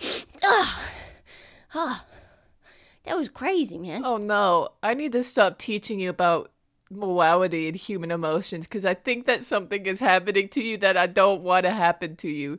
and Now I know that was disgusting. Wow, what did I do? Did I fart? Did I poop? Did I poop and fart? I've done that sometimes. You know, you eat some bad stuff. And Hey, but Bean, can we figure out a way to get out of here? Yeah, man, yeah, Also, man. don't do that again when we're in the walls. poop and fart. I No. try not to usually, but sometimes I'm not in control of it. Why are you laughing? I don't know. Is that funny? Pooping and farting? Yeah. Is that funny? Yeah. Wow. All right. Pooping and farting, love, and good and evil. Let's stop talking about how to be human, alright? All right. All I right. feel like I've unlocked this power that... Oh, jeez. All right. So getting out of the bathroom. Focus What? up. Okay. Is there any other we should not go down the toilet Yeah, drain. no. No. Look, if dying's bad, Dying's bad. If that's bad, then we should not go down the toilet If drain. life's a game, you lose when you die. Everybody eventually loses, but... But you want to like push it off. Yeah. And then what? Why is that good? Well, the longer you live, then the more points you get. And then God. eventually, got it. And then eventually, I can redeem them for like a big microscope or like a Maybe big you stuffed get like, animal. reincarnated. Oh, and then I could be like a bigger rat, Yeah. Or Daisy. like the flower. Yeah. Let's get out of here. All right. And he's gonna start sniffing around. Let's see what he can find.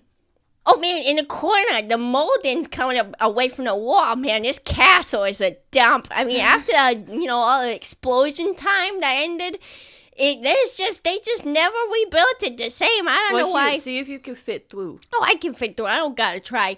Yeah, we could get out that way, but I don't know why you want to do that. Go away from your mischief and stuff. Well, because we gotta help some people who are also part of my mischief. Oh, I see. All right, the guys we were talking about earlier. Yeah. About Also, they're redeeming. gonna be okay here. They're just gonna not know where I am. So, here's what we'll do. All right. He sets him down by the molding. Stay right there. Wait, actually, go into the molding, and then I'll go in just a second. All right. All right. All right. Hey, Runs in. Dad. Yeah. Are you all right? Yes, the door's locked, so you'll have to get somebody to unlock it. I'm gonna turn into a rat, and I'm going to explore the castle to try and help uncover some secrets. I love you, and you're part of my mischief, and I hope just stay here. Finch. That's She's a funny gonna joke. turn Finch, into a rat. Finch, that's a funny joke. He's gonna Finch, go into that's a the really molding. funny. Jack, come here. Jack, knock the door down. Finch, you hear just go boom, boom as your Bean, brother. come on, baby, come on, come on. that, man? It's my dad. Okay, come on. You guys run off through the wall, and eventually the booming stops being so loud. And you hear someone say, "Oh no, my son is having diarrhea." And as you round the corner, and now you and Bean are in the walls. Cool. That's his preparations. Okay, got it. Sweet. Anything else you want to do or As get Finch? as Finch? Yeah. No, I think he's thinking about what he saw, and he's like, if I teach all the rats about humanity, will I have just an army of newly born humans? Is that what happened to me? That I was taught anatomy? Oh, like rat morals? That's how you become a I rat? spent too much time outside, and I learned how to be a rat. Yeah, you were talking to too many animals and they taught you about their society and then you just turned into a rat. I have to have a profound discussion with like a house cat, and then afterwards I can tone into a house Going cat. into a house cat. Yeah, is there anything you want to do? I mean, you got a lot of leads. Also, I'm 10 years old. I don't know a lot about being a human. I haven't been a human for that long. What if I make some screwed up human rat person because I'm teaching them the wrong thing about being a human because I'm 10 years old and I don't know anything? You're thinking this as like Bean is running by. You're like, that was crazy, man. That was wild, you know? I have a lot of pressure on my shoulders right now. I Bean. love you, man. I love you too. You guys keep running. Is there anything else No. Finch wants to do? Okay, you have a lot of leads. I do. You're just yeah. are you just gonna kind of like get your sea legs, like your rat legs? I mean, he wants to specifically. Can you take me to the king's chambers? Not the wet king, the human king, the Edwardwin king with the crying lady. Oh, with the one that quiet. You mean like the room The with beautiful one that cries a lot. the big chair one, Yes. or the okay? No. The one that she cries in. Okay, the crying like you want me to take her to you, Yes. take you to her. Okay, yeah. Okay, follow me. Okay. It's gonna take like 2 hours. Okay. Because you're rats. And there's like a lot of red tape. You have to like be like, Okay, so we gotta jump across this abyss. No, we gotta go around here because dying's bad. Yeah. Okay, and you're like doing that.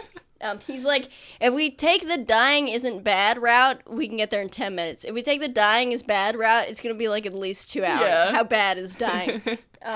We bad. We have 1 hit points as wets, so Cool. So I'm in love with this. All right. And so that's gonna be Finch. Yes. So we'll say now, breakfast is over, whatever. It is 10, 11, 11:30, like in the realm of that. So Okay. the ball is gonna be in a good chunk of time, like 5-6 hours. It's gonna start like gearing up. Okay. It starts at 7. I may have said it another time in another episode, but it literally doesn't matter when it starts because time is fake. Yeah. It's just that's the amount of time you got. So you have that amount of time to do that amount of things. Okay. Well, Finch and them are just gonna go there, which that can happen whenever. Tavamil and Iffy aren't gonna necessarily do anything besides Tavamil slowly losing her mind about not having anything to do and Right. Iffy agreeing. Yeah. So Profusely. they're spiraling, Yeah. but due to boredom. Yeah. But they're not gonna do anything else because they already agreed that they weren't gonna go to the party. The ball. The Like, ball, right, yeah. Because probably not a good idea. Why? And Yeah. why? The only reason they're there is for protection. Yeah. The ball is happening. It just happens to be happening. Yes. Yeah. Vahrae is going to dig around in his hotel room, and like wait for his parents.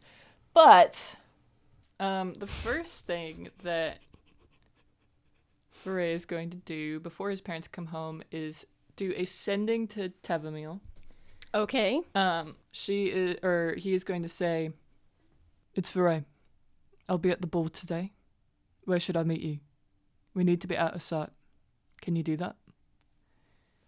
And Tavamil is going to like freeze looking at her buttons and listen to this, and I think Vahrae experiences a very long stretch of silence as Tavamil thinks about whether or not she wants to talk to him. Mm-hmm. And I think that she's like, I don't want to because of fear. Like, would this be considered helping? Yeah, in is this whatever? good? Yeah. Actually, I have no idea. But I think that she thinks to what Iffy told her, where she was like, "You're not going to come all this way to stop because you're afraid now that something bad is going to happen." Mm-hmm. Something bad has already happened. And just because somebody claims that your mother is alive and that they will do some bad thing to prevent you from doing something, one, how are they going to know, first off? Mm-hmm. But two, that's not anything. You don't know if they even have your mom. You don't know if she even still is alive. You don't know how much power this person has. I mean, it's Frenthius, presumably, hopefully a lot, but it seems like his power is slowly deteriorating throughout the means of this. Yeah, he seemed a lot more in control of stuff, and now you're just kind of like, does anyone have any idea what's going on? Yeah. And I think she thinks back to, you can't be afraid of the future because you'd be afraid all the time. Mm-hmm. And I think that Vahrae hears her take like a deep breath. We have a room we can talk in, but we can't talk for long. If you find the maid Wisty Jones, she can show you. if he's gonna like. Who are we talking to now? She's like half asleep. She's like 2,500, Yeah. 3,020. Yeah. And who was that? It's Vahrae. Oh. I thought we weren't going to talk to him. Well, I was thinking about what she said. Oh, yeah? At least he can tell us about Phelan, maybe, or what happened. And we could tell him about his sister, so he could try to help her. And then we could go our separate ways. Alright. Well, you told him to find Wisty Jones? I don't know where our room is, so I couldn't describe it to him. That's fair. Alright, well, what did he say? That he's going to be at the ball today, and that he wants to talk to us, but it needs to be in private.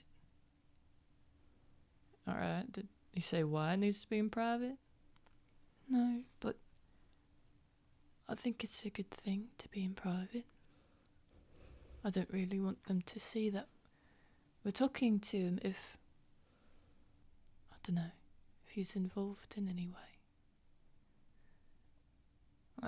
That's true.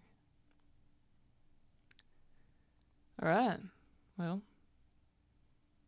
I mean, all we know about his sister is that she's in the Silver Wing. They know exactly how to get to the Silver Wing, right? Because Wisty Jones explained it. Mm-hmm.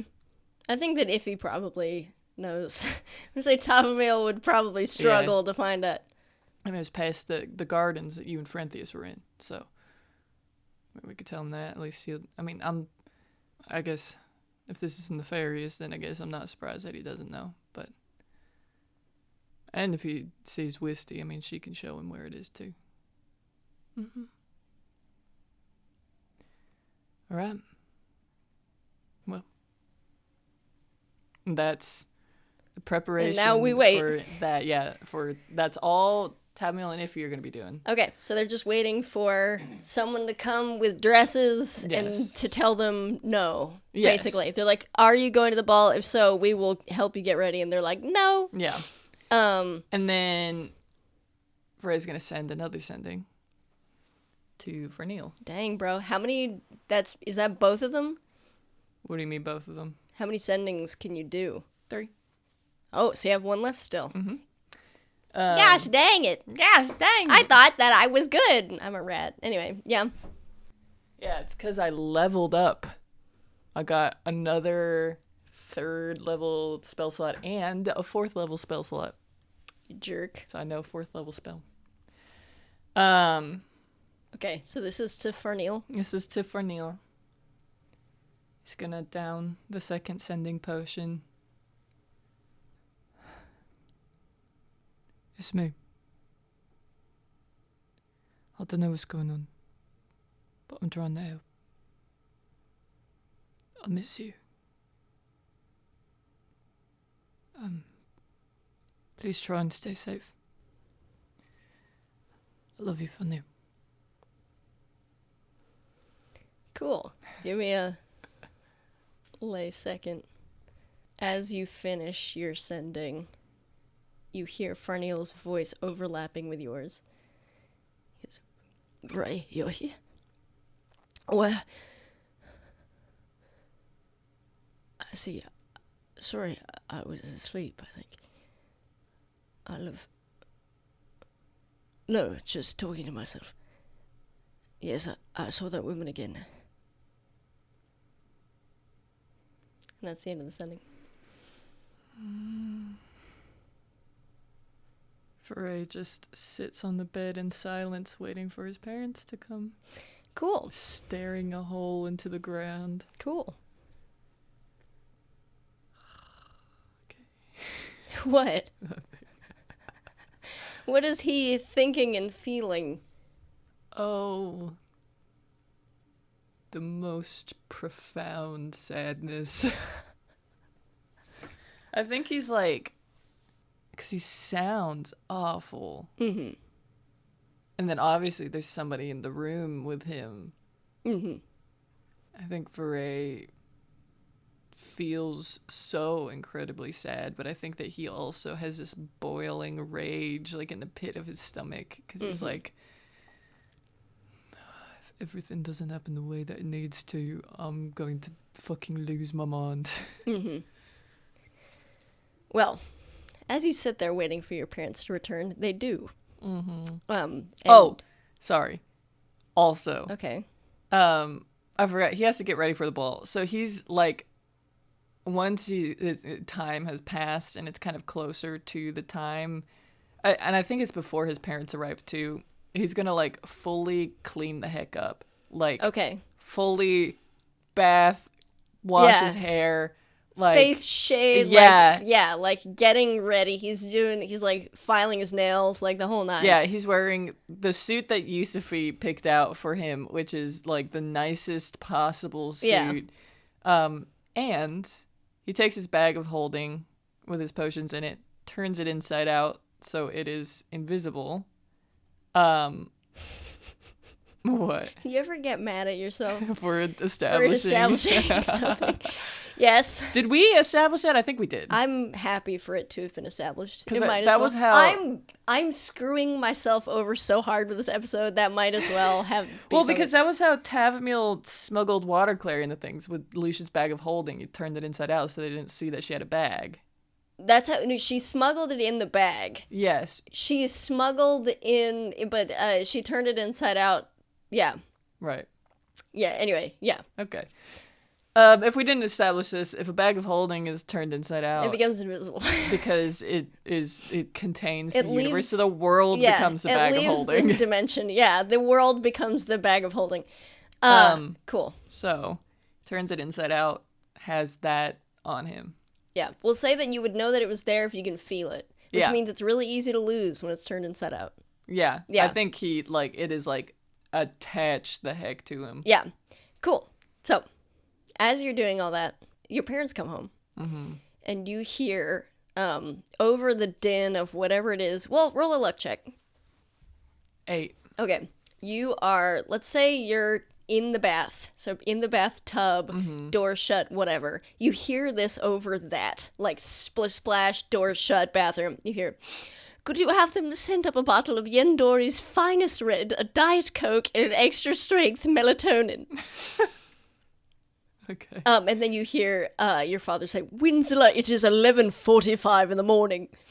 And you hear her say, my little girl is in critical condition in a foreign land due to my own son's carelessness. And I'll have a scotch. That's what you hear. All right. And then you hear, this is a nightmare, Galleon. I knew we never should have. And it trails off. Okay. I think he thinks better of showing himself to his parents while they are... Well, you're in an attached room. Oh, that's right. So they would, unless your door is wide open. No. Yeah. Okay. He's gonna, like, get out, dry himself off, and, like, go into his room. Okay. So as you do that, you hear your parents are talking in hushed tones on the other side of the door. Can he make a perception check? Yep. Your mom is talking in less hushed tones than your Yeah. dad is. 12. You hear your mother say, I just knew something was going to happen when they insisted that we bring Yusufi. Winslow, I made the decision ultimately, and it was for her protection. Imagine our little girl alone in that enormous house. It's not like it hasn't happened before, and that's why we brought the guards. Fat lot of good that did. They just wanted us out of there so that they could do whatever it is they wanted with our money and our business under our noses. It's not ours anymore, Winslow, and it hasn't been for a long time. Who knows what they needed? Who knows what's going on that they needed us gone for? Oh, that bloody monsteril. Monsters, right. Come now, Winslow. Our names will go down in history for our contribution to the war effort, and you'd never know who's listening. I'm sorry. You hear her, like, crying, and you hear You hear her continue in a much quieter voice. You get the impression that in order to hear her, what she has to say, you would need to open the door or otherwise whatever. Okay. Can he cast message to his mother without saying anything? So he hears what she's saying. She has to say it out loud, though, right? Is that right? What, the message? So both your dad and you would hear it, or would it just be you? I think it's both. It would just be me. So we did this with Thalen, where Tavin would cast message and she could hear beyond the door. Yeah, right. He's gonna do that because message is a vocal, like you have to say. You need line of sight, though. No, if you are familiar with the target and you know that they're beyond the. No freaking way. Hold on. I thought you needed line of sight. Nope, that's how we did it with Thalen. Message. That's right. That's fully right. We did. Cool. All right. Screw you. Yeah, you can do that, you jerk. All right. He's going to cast message. Okay. He's going to drink a message potion. Very cool. Very cool of you. And that's really cool. You hear her, she whisper. I'm not going to whisper so that you can hear me, but you can tell, like, even you're just like, what the frick is she saying? She says, the man who spearheaded that plan is in jail, Galleon. Our names may go down in history for other reasons. I knew I should have trusted that vision. I knew working with those bloodthirsty, evil devil people was a mistake. I knew the moment they wouldn't even allow us to test what they were growing, we were in danger. We need all of it for the war effort. I knew we were in danger back then, Galleon, and then it starts. First with Brannock, now with Yusufi, and what's next? Our house, we're on the street, we're in jail. All of those Adaza attacks on Talenthi soil, how long is it until they're at our back door, Galleon? Your mom starts, like getting emotional. Yeah. Dad says, come now, darling, you're getting hysterical. And you can hear him talk a little bit, like he says that, and then he, like, hushes up too. So, you don't hear him. Okay. How long does message last for? It's a cantrip, so it's until you turn it off? Yeah. Okay, so we'll say that all you can hear is your mom's responses. Okay. And so your dad is talking, you don't know what he's saying. And then you hear her say, you don't think. Pause. Well, he clearly resents us. Of course he does. A pause. Naturally, Vahrae would believe him. He resents us. He resents the whole of the Wethway clan. You hear, oh, yes, thank you, yes. And then you hear the door open, stuff's brought inside, and then you hear her say, we've got to get out of here. Your dad says something. No, I mean this room. You hear them, like, talking to each other about the logistics of that. Where are we going to? We go at least downstairs to the restaurant. And you hear the clank of things being put down on the table, and then they leave the room. And your mom, you're getting, like, one half of the conversation still, so she's just like, okay, well, maybe it is ridiculous. But, you know, like, random parts. So there's that. Okay. Fuck. All right.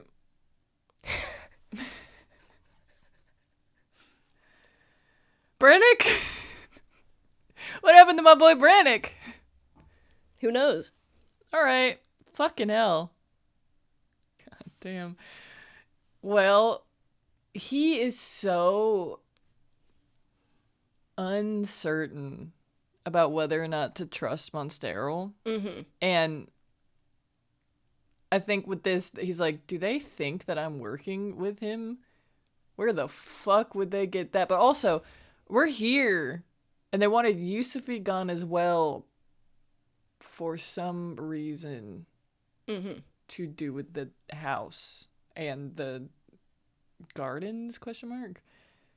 They specifically requested that your parents bring Yusufi to the... So you don't know what it is why that would be. And then something about it not being their money anymore. Like... Yeah. They don't... So, I mean, I think he's right in thinking that they don't have any control. They don't know anything at all. Yeah. Something's wrong with Brannock. And it's due to Monsterol. But they think that Monsterol's in prison. perhaps. He's like, the guy who spearheaded this whole thing is in prison. They definitely said that. And in the beginning, they either Egwin or Malwyn, I think it was Egwin, said that it was wrong of them to imprison Monsterl. Mm-hmm. So whether or not they know that Monsterl's out of prison, or if they're even talking about him, if there's like another person in prison. Okay. Well, I think Vahrae's like, there is literally, I have to just trust Monsterl and deal with the consequences of doing that, because obviously Farith, does he know Farith's name? Probably. We'll allow that to be true. Okay. Because I wasn't sure if we rolled for, he knew it wasn't Frenthius. The Yeah. guy who kidnapped Thalen Yeah, is not against violent measures. this is true. Kidnapping Thalen, turning Yusufi to stone, being like, we'll just fucking kill her if you don't. Yeah. Whatever. So trusting him is way less whatever than trusting people who would not even kill Vahrae because he's a Thanagold. Mm-hmm. So at least there's that. So like Yusufi is also a Thanagold. Yeah. And she's a more desired Thanagold. Mm-hmm. So at least they won't kill her. Yeah. Or at least he presumes that they won't. They seemed to have wanted Tavamil safe, because Vahrae doesn't want to hurt anyone else. Yeah. They at least seem to want her safe, considering that Monsterl asked about her safety after the burning of the farm. Mm-hmm. And then also, Farneel told him to go find Malwyn. So Farneel knows something about the situation that Vahrae doesn't, and at least trusts Malwyn to an extent to tell Vahrae to go find him. Mm-hmm. So I think that Vahrae is like, and he's like, and there's no other path for me. I don't know where Farneel is. Mm-hmm. And even if I did, what am I going to do about it? Like, Yeah. nothing. And if I at least don't have Tavamil in any respect, either way, the situation goes nowhere. Mm-hmm. So I have to put all my chips in one basket. That's a combination of two different. I gotta put all my chips in. I gotta put all my apples or eggs in one basket. My apples in I gotta one put all my basket. chips in one basket. Okay. Cool. So, is Vahrae going to do anything as a result of this information? No. He's going to keep going on with his whatever. Yeah, I plan think 'cause he he's like, had. I have to go forward with this. Yeah. But I think also he has a fear that Monsterl hates him and his family because of the memory that he remembered of seeing him when he was like 8 or something. Mm-hmm. And having Monsterl look at him with such like derision. Mm-hmm. And I think Vahrae's like, is this because you didn't have your own kid Yeah. around? If I bring your kid to you, will this endear you to me? Mm-hmm. You know? So I think he's like, I have to fucking go ahead with this plan because fuck. Yeah, I have no idea what the heck else to do. Yeah. Okay, cool. So,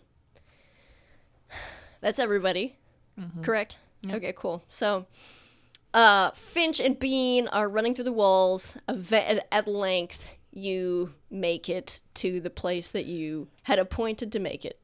Actually, you know what I will do is I'll roll a luck check to see if there's even anybody there. Would an empty room be noteworthy to, like, would you want to search their empty rooms anyway? I don't think so, because I don't think that Finch necessarily would know what even to look for, and also whether or not he would understand any of it. Mm-hmm.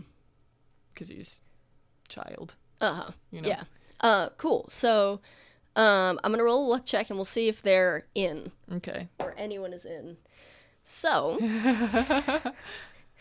you arrive, and Bean's like, Well, this is the place. We're kind of high up, though. and that you look out of like a crack in the wall, and you're at the very top of their very high ceilings. Is there any way that we could get down a bit? Well, yeah, I guess so. Let me think about it for a minute. And you're looking out into the room, and you see that the queen is there. You imagine it's the queen, having never, I mean, you saw her at the thing, but she was in all of her lovely regalia, and now she's just here sitting in her room. She has like the dress that you wear before you put on your actual dress. And there's like a day bed sort of thing that it's like under a window, and it's like a circular window, so it's like a circular day bed. She's like sitting on it with a book in her lap that she's not reading, and she is looking out the window, and you can hear every now and then her go, and as a little rat you can smell the tears in the air. I wonder why she's crying. I don't know. I mean, I've heard her and the other guy, the guy with the crown, you know. The king. Yeah, the king. Yeah, they were. I don't know, kind of conversation they were having, but they were really, you know. She's like crying and he's like yelling and stuff. So really? Yeah, not like but he was raising his voice. Oh. And I don't. You usually hear a guy do that, so it must have been something kind of, I don't know. Anyway, so She's pretty. I don't know what. Yeah, you know. I don't know, man. Look, I've dated a couple hairless rats, and they were fine, you know. But I don't know, hair. She's got like hair on her head and not on her body. That's kind of weird. Humans. Yeah, I don't know. And then she's got like her eyes don't look like they should be. They should be like on the side of her head, you know. No. Yeah, it's weird that they're in the front. And That's humans.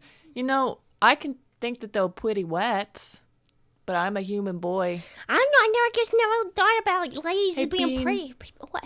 Can you find the place to get Yeah, us man. all Yeah, I got you. Yeah. And so he's like gonna go down, and eventually you can like, you find a place that's like on the ground, a little crack in the floor. Well, we'll see if he finds one that you can like actually get out of. Yes, he does. And so he finds a crack, and it is directly over her desk. Okay. And it's got I rolled a nat 20. It is got on it a journal looking contraption. Oh boy. And it's like beautiful golden filigree, like under like lock. It's got like a lock. Okay. The key is in a little tiny dish it's a tiny key. Like you can see even from your vantage point, the hole in the wall. A white bean. You gotta help me with something. A white? Yeah, man. Yeah. That journal, I can read it. Now I'm gonna open it. A white? How am I going to help you read? No, you have to be my lookout and make sure that she doesn't look over at us. And if she does, then we escape. Well, she's facing us, man. I think she's going to look over at us. What do you want me to do? What do you mean she's facing us? She's looking out the window. Her head's looking out the window. Her body's facing us. I know, but make sure her head doesn't turn towards How am I us. going to do that, man? No, I just mean, if it does, let me know and then we'll run away. I see. All right. Okay. I got it. I'm on it. All right. All right, because if she doesn't, then we're going to die, and that's a bad, evil thing to do. Oh, yeah. That would be bad. All right, man. Okay, I'm looking. Yeah. All right. So. Okay, roll stealth. Can we roll with advantage because we're tiny little rats? Yeah. Like, No. You never hear a rat. I'm going to say no, because it's quiet in there, and you guys are literally, it's her and you guys. Railroad in the... No, I'm kidding. This game sucks. Come on, sweet mama. 5! Okay, cool. So, you take your creepy steps out of the hole. You see her. She's still looking at the window, book untouched, like tears drying on her face. You're creeping out towards this key that's in the dish. And you hear Bean go, it's really dusty in there. No. Bean, don't sneeze. Bean, He. no. No. Let's see if she heard you. So you hear Bean does a little sneeze. You freeze like Emperor's New Groove, like yeah. And you see that as you sneeze, she kind of like shifts in her seat where she was, and so you think maybe covers up the sound of the sneeze. She sighs, and just like puts her head in her hands. Okay. All right. Seems like we're in the queer. Oh man, it was so dusty in there, man. Okay, you need to pay attention. Make sure she doesn't look at us. Right. Oh, she moved a little bit. I know. I'm looking at her right now. Yeah. All right. But make sure she doesn't see it. If she sees us, let me know. I'll call and it. then we got it. Okay. Because you don't want to die, right? No, it's bad. Yeah. Yeah. All right. All right. Let's go. All right. Yeah. So he's going to take the little key. Creeping. Yeah. Okay, cool. You go ahead and reroll stealth. We'll say now you can roll with advantage because her head's in her hands. Man. 16. Okay, cool. You're stealthing it up. So you go grab the key. You pick it up very as quietly as a little rat boy can imagine. You have it huge in your hands, heavy too. You're like dragging it. And you hear Bean go, she's not. Sorry. I got confused. Sorry. Keep going. How can you get confused about that? I don't know. It's hard to tell with humans, you know? Anyway. What? And so you bring the key over, and you unlock the journal very carefully. Pull the key out. Put it down. Unless you want to take it with you. Nah. Okay. You put the key down. And you lift up the cover. It weighs a ton. Super heavy. Need some help, man? No. All right. Go ahead and roll athletics. See if you can open it. 17. Okay, you're like, oh, we got a limited amount of time. I gotta friggin' Hulk it out. Yeah, so you muster all your rat strength. As I slam the pop filter. You open it and you hear it go. It's going to freeze a bit. She is going to look over into your general direction. What would Finch do? I'm imagining once it made that noise, you looked up to see. Yeah, okay, cool. What is Finch going to pretend that he is, or like hide behind, or whatever? You like replace the doll in the music box or something. Honestly. There's like a little bowl of like fruits, and there's like a kiwi in it, and like there's like kiwi and oranges and apples and stuff. Yeah. And he curls up to be a little Like kiwi. So you curl up, she looks up and looks back down, looks away back, and you hear Bean go, Yeah, now it's close. Jeez, dude. I mean, she saw you, but it doesn't seem like she cares. I look like a kiwi. No, you look like a rat, buddy. Anyway, I mean, I guess it's fine. I mean, I stopped looking out. I can help you out if No, you you need. need to Okay, I'll look. keep looking. He keeps looking. You open the thing. You see that it's just like, it's got like a cover page type thing that's like beautiful, like not letterhead, but like Property stationery. of- Yeah. And then it has her name, Marioleth. Marioleth? I don't know how I said it last time. Marioleth. How do you want it to be I said? don't know. Did I write it down? It's so funny. Sometimes I write myself a pronunciation guide, but I didn't this time. So Marioleth Talenthi. Marioleth. Talenthi. And you can see, go ahead and roll an investigation check. Just because you want to open to the page. You don't want to say, Dear Diary, today I Ate soup. ate soup. The end. Okay, that's fully linked on all the other dice. You said investigation? Yep. 19. Dang, girl. You rolled a 19, so you're looking at the book, and you're just like, oh, I don't have time to stand here all day and read the whole thing. Yeah. Some of the pages nearing the like middle end are like, look like they've been wet. Okay. So He'll flip to those you'll ones. flip to this. Okay, so you flip to one page very quietly. Like you have to be not only quiet but also like efficient. Yeah. And so you grab like a bunch of pages and then like roll a performance check. Fuck. 6. You try to replicate your former big boy moment. You grab a whole bunch of pages and you're gonna kind of like try and roll them over like they're a big blanket. Yeah. And right as they go to like being flat and you flip over to the first page of like the like, you know, presumably wet, somehow tear stained, maybe page, it makes the sound of like many pages flipping over, and you hear Bean say, "She's looking, man, she's looking." He's gonna hide as the freaking kiwi again. Okay, cool. So you run and hide as a kiwi. Go ahead, roll stealth. Goddamn. 6. Cool. So she is going to look up and see whatever it is that the thing is open on her desk or whatever. She looks over, and nothing happens. And you just hear Bean say, "She's looking away. You're good, man." Oh. I don't know. She just looked over. I guess she heard the noise, right? She just backed out the window, and she's crying and stuff. So, I don't know. He's gonna... She rolled a 4. Oh. Yeah. So I think really what she saw was she saw her desk and it had her diary open on it, and she was like, "Oh, I thought I shut that. Whatever." Yeah. You know what I mean? Like Okay. that. Yeah, man. Friggin'. So you're looking at the thing. Yeah. You. This is like Tales of Despero, like... level. Yeah. What the heck is the name of the the one with like Faisal? I don't know. A something tale. Anyway, you open the thing and you see like beautiful script, and you're kind of like in the middle of an entry. Mm-hmm. You see from where it starts, it says, "But he didn't. He just seems so angry every time I mention it. It doesn't seem to matter to him how I feel, that I'm afraid.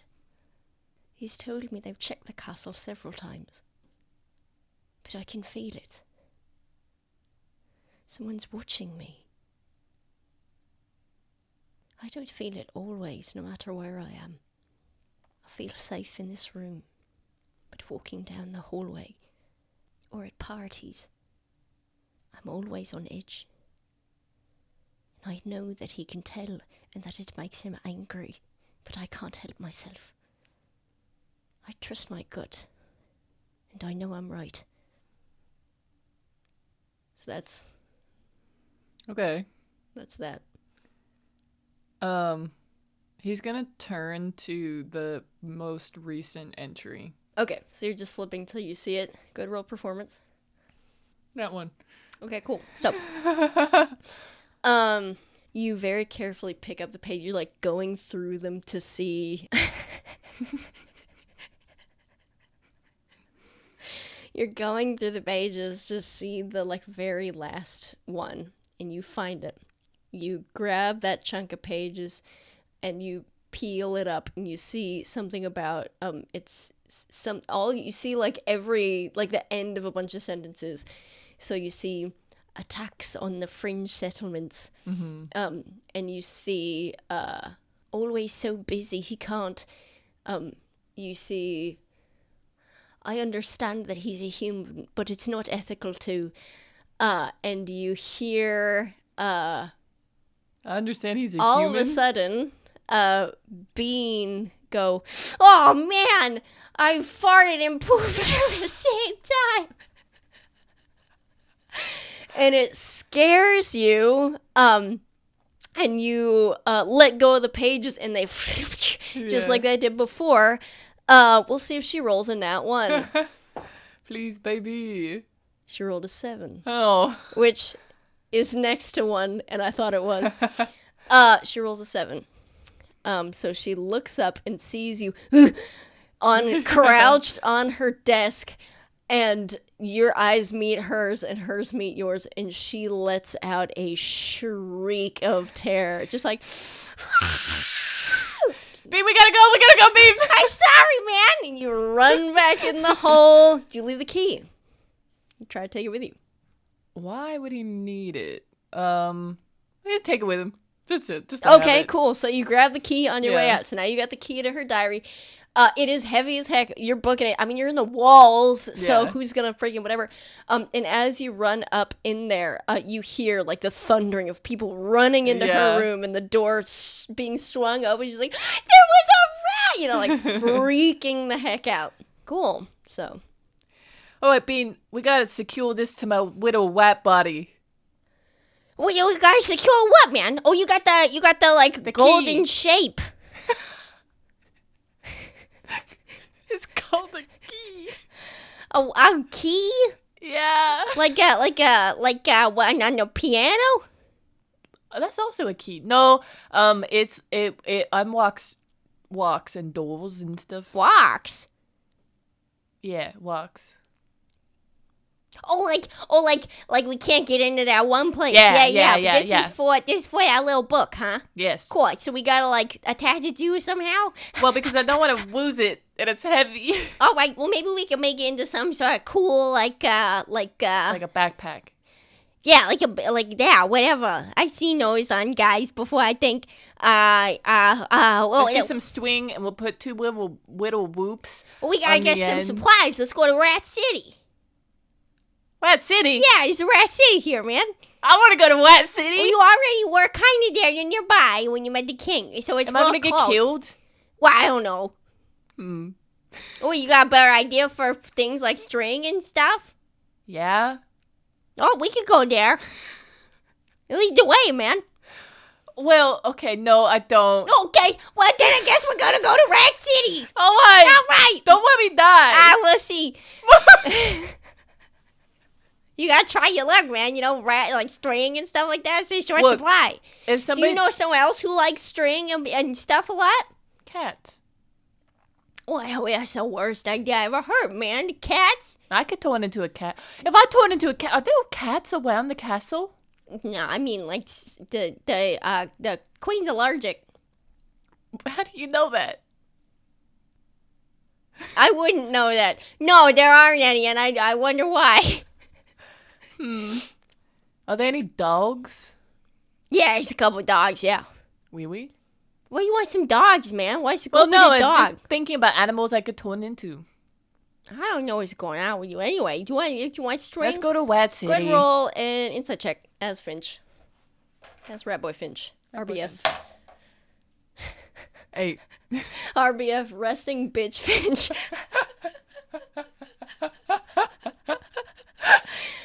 8. I mean, there might be like a seamstress in the castle. Or oh wait, like wait. Maids, Have you maybe? ever seen a laundry room? Yeah, you're gonna have to. You're gonna really have to. All these words out. I forgot you don't know anything.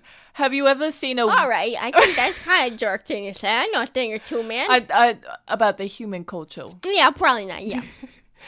Have you ever seen a room with a bunch of cloths Quas. and hearing my speech impediment be repeated back to me really makes me look inwardly.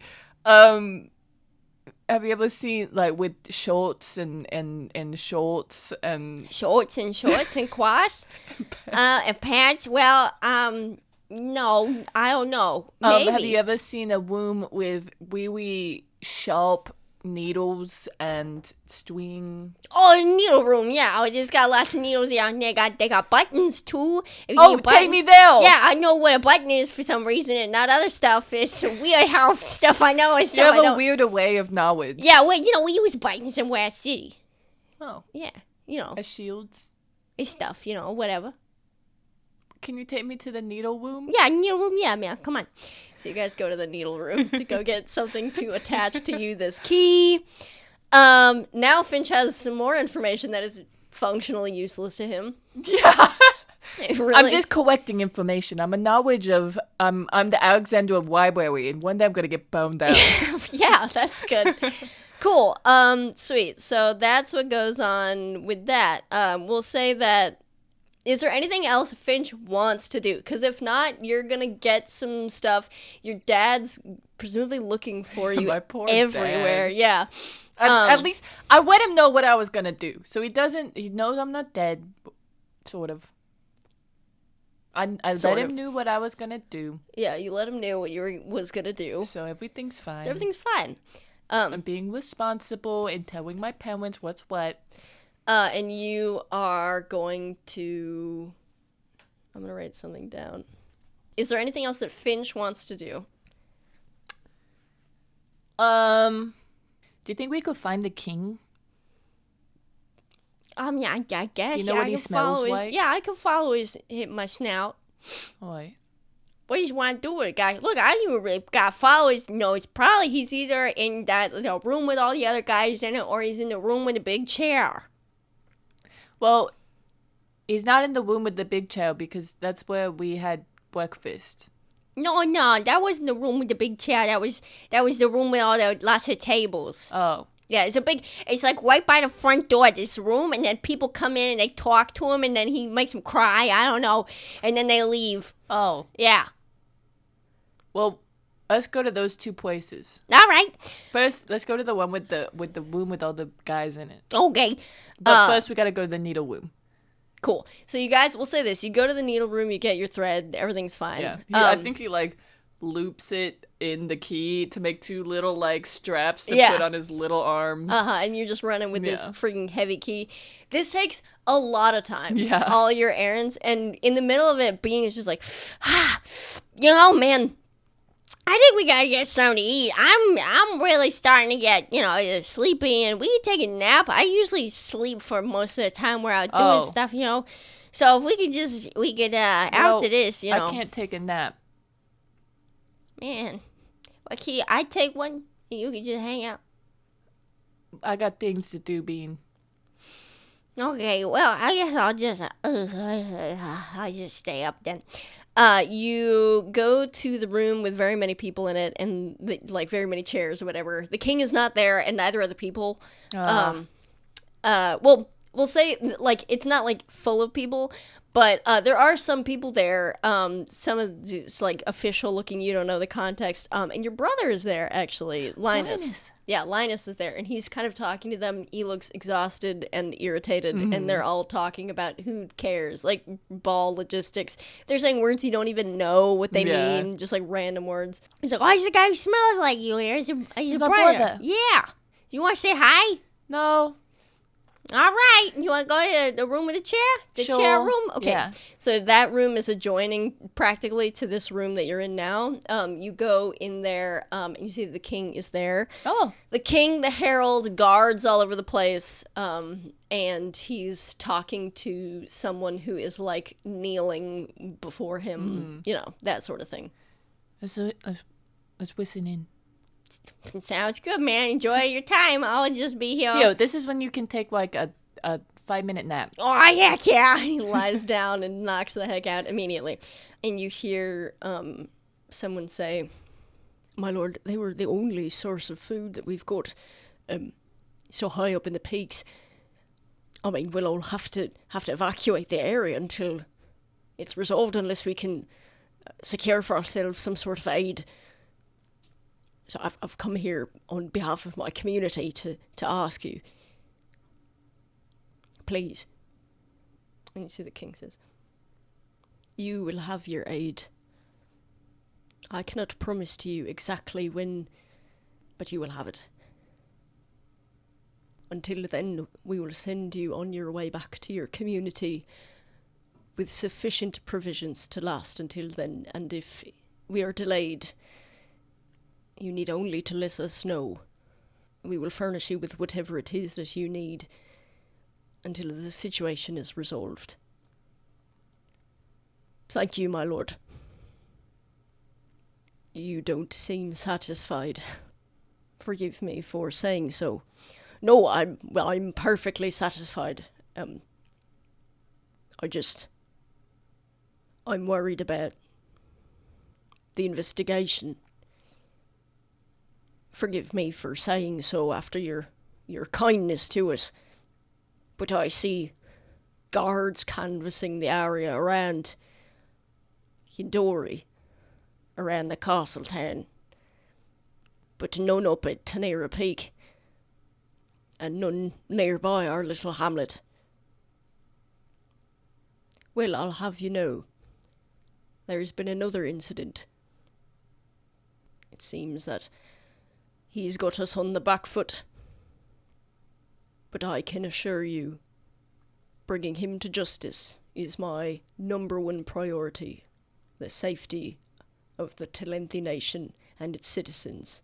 Where's the other incident? And the guy is gonna say, another incident. Yeah.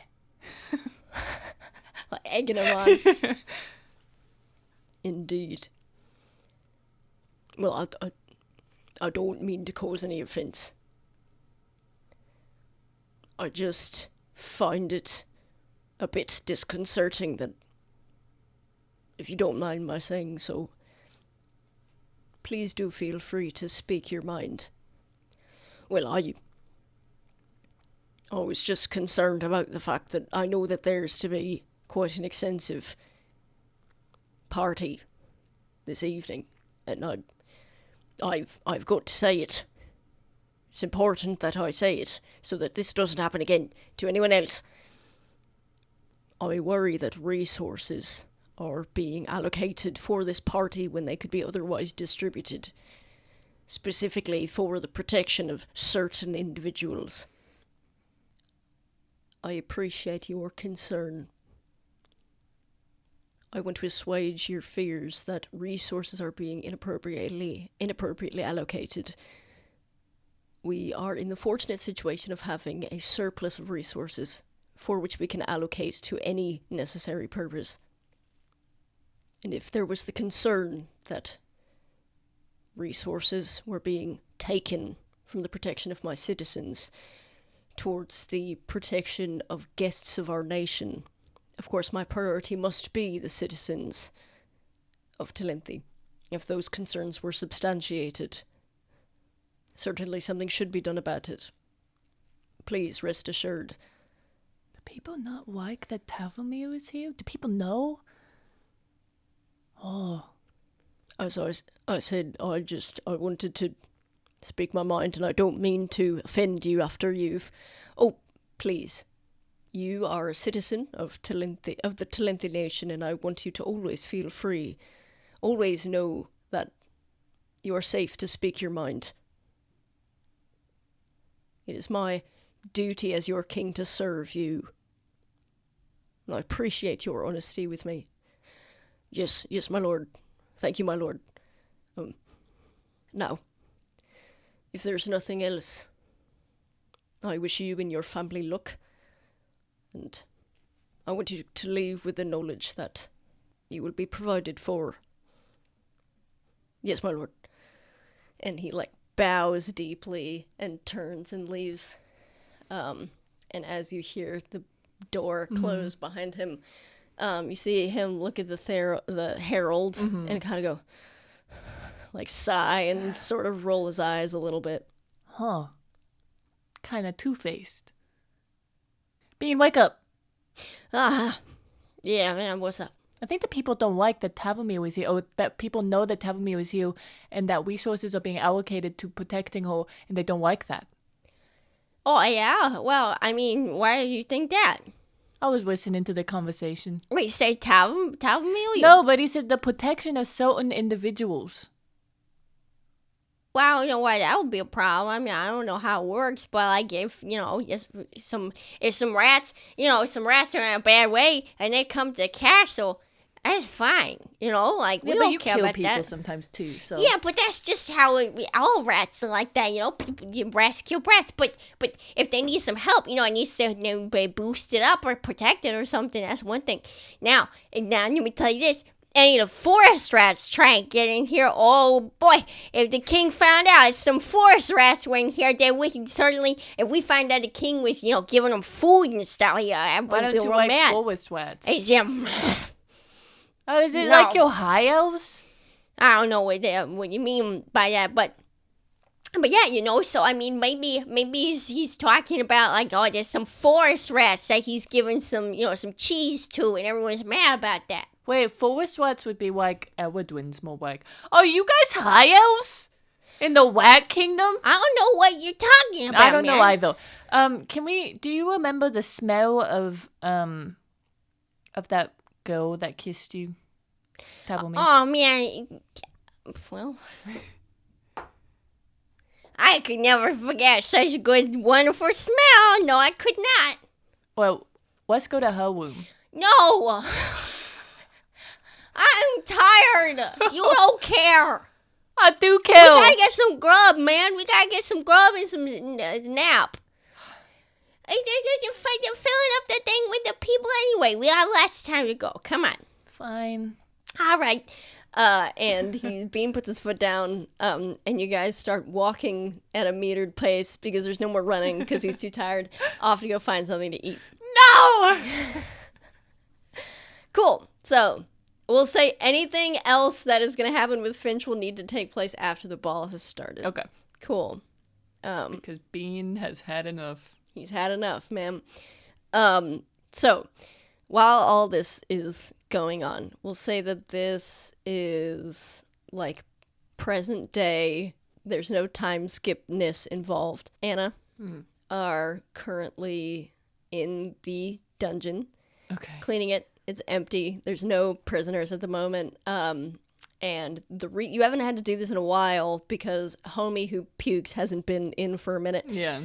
And the other reason is because apparently there is going to be another prisoner. No one has told you this, but why would you be, getting the dungeons ready? You think it's sort of hilarious that they're cleaning the dungeon. Nice for yeah, them. like make it nice for the prisoner. It's more than you're cleaning it, you're more like making sure everything's in working order. So you're oiling hinges and yeah. stuff like that. You're not like getting on the ground with a toothbrush. It was more just like, this is under the castle and it smells. Yeah. So you were cleaning for that, and now, and it's like moldy, structural issues because it's gross.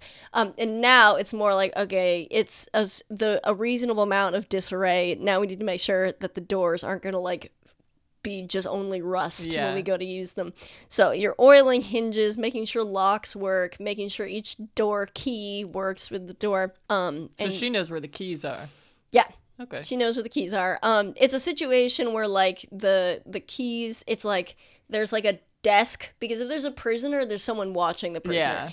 And they have their keys like on a key ring, and it's attached to them, and then when it's not in use, it's hanging behind see. so they're nearby. And there's a door at the very end of the hallway with all the prison cells that has like an airlock type thing. That way, you can like bring them in, shut the door, check them, and then bring them into the main dungeon. And you are making sure all that is fine. And you're cleaning one of the rooms, or making sure everything works. And go ahead and roll perception check. Not 20. Okay. Screw you and the horse you rode in on. You see on the ground sort of oddly geometric shaped object Okay. that was probably there forever. You just happened to miss it before for whatever reason. Just in the corner. And you pick it up and it kind of like squishes a little bit under your fingers. And Okay. you're like manipulating it to see what it is. You touch it and it is very like, it's like hard, like for sure, but the kind of surface yields ever so slightly. And you're kind of like wiping off the dust, blow off the dust. And you see that it looks like it's some sort of vegetable. Oh. Yeah, like some sort of like a piece of something. And it looks like maybe there was like a bite taken out of it. Like it's like weirdly ridged on one side. What color is it? It's like horribly like dirty or whatever, but you scratch the surface into the main part of it and you see that it's sort of like a light yellow. Okay. And so it's you said it's geometric? It's like rounded on one edge and then like it was cut to be eaten presumably. But then one of the sides is like messed up. Okay. And because with your nat 20, I was going to say, I was like, why would this be significant? you have knowledge of things, like approximate knowledge of many things, and you don't have to prepare your own food. You don't prepare whatever food, but you see a lot of food. Is this a potato? Yes, it's a potato. Okay. You have no idea the nature of it. Okay. But Is it not? She thinks back to that. Those maids talking about the one person that she had to, be the handmaiden of the Eladrin that would eat raw potatoes. All right. She's just gonna keep it where it was. okay. You do that. And as you do that, you hear door open, shut, slam, and you hear someone heavily going down the stairs, turns the corner, sees you, and it's one of the guards that you often see, when there's a prisoner, he's there, and he says, "Well, Anna, is everything in working order? Yes. You've checked all of the hinges on the doors, all of the keys work. Yes, sir. Does anything need to be oiled? We need to get you already more done that. oil. You did that. Good. Can I ask a question? Oh, yes. Was there an Eladrin that we kept in here before that would eat raw potatoes? No, we've never had an Eladrin prisoner. Well, it's just a rumor that I was hearing, I guess. A rumor. The maids talk. She just kind of shrugs. Do they talk? I tell them not to. Who specifically was talking? I can't remember. Well, I'll have to have a word with Miss Duvet. It's quite serious. Is it? Of course. Well, if it's not true, why would it be serious? Excuse me. Could you roll insight? Yeah. 13. If someone outside of the castle were to hear the maids talking about something, they would just assume that it was true. So the idea that there was some sort of extrajudicial holding of a Talenthi subject see. a cat, that could be really bad PR, Okay. whether or not it was true. So, Would you be able to leave my name out of it? oh, I would not be able to make that promise. All right. Thank you for bringing this to my attention. You're welcome. He turns around and goes up the stairs. Damn it. Bollocks! Cool. Well, she's just going to continue cleaning. All right. I want to give you something more for that nat 20. Because you came up with the potato thing yourself. Uh-huh. I did. So I want to give you something else. Because I'm a smart girl. You're a smart girl. You remember that room, that cell that you had, when you previously had cleaned it, a few months ago. There was some particularly troublesome grime that was only present in that cell.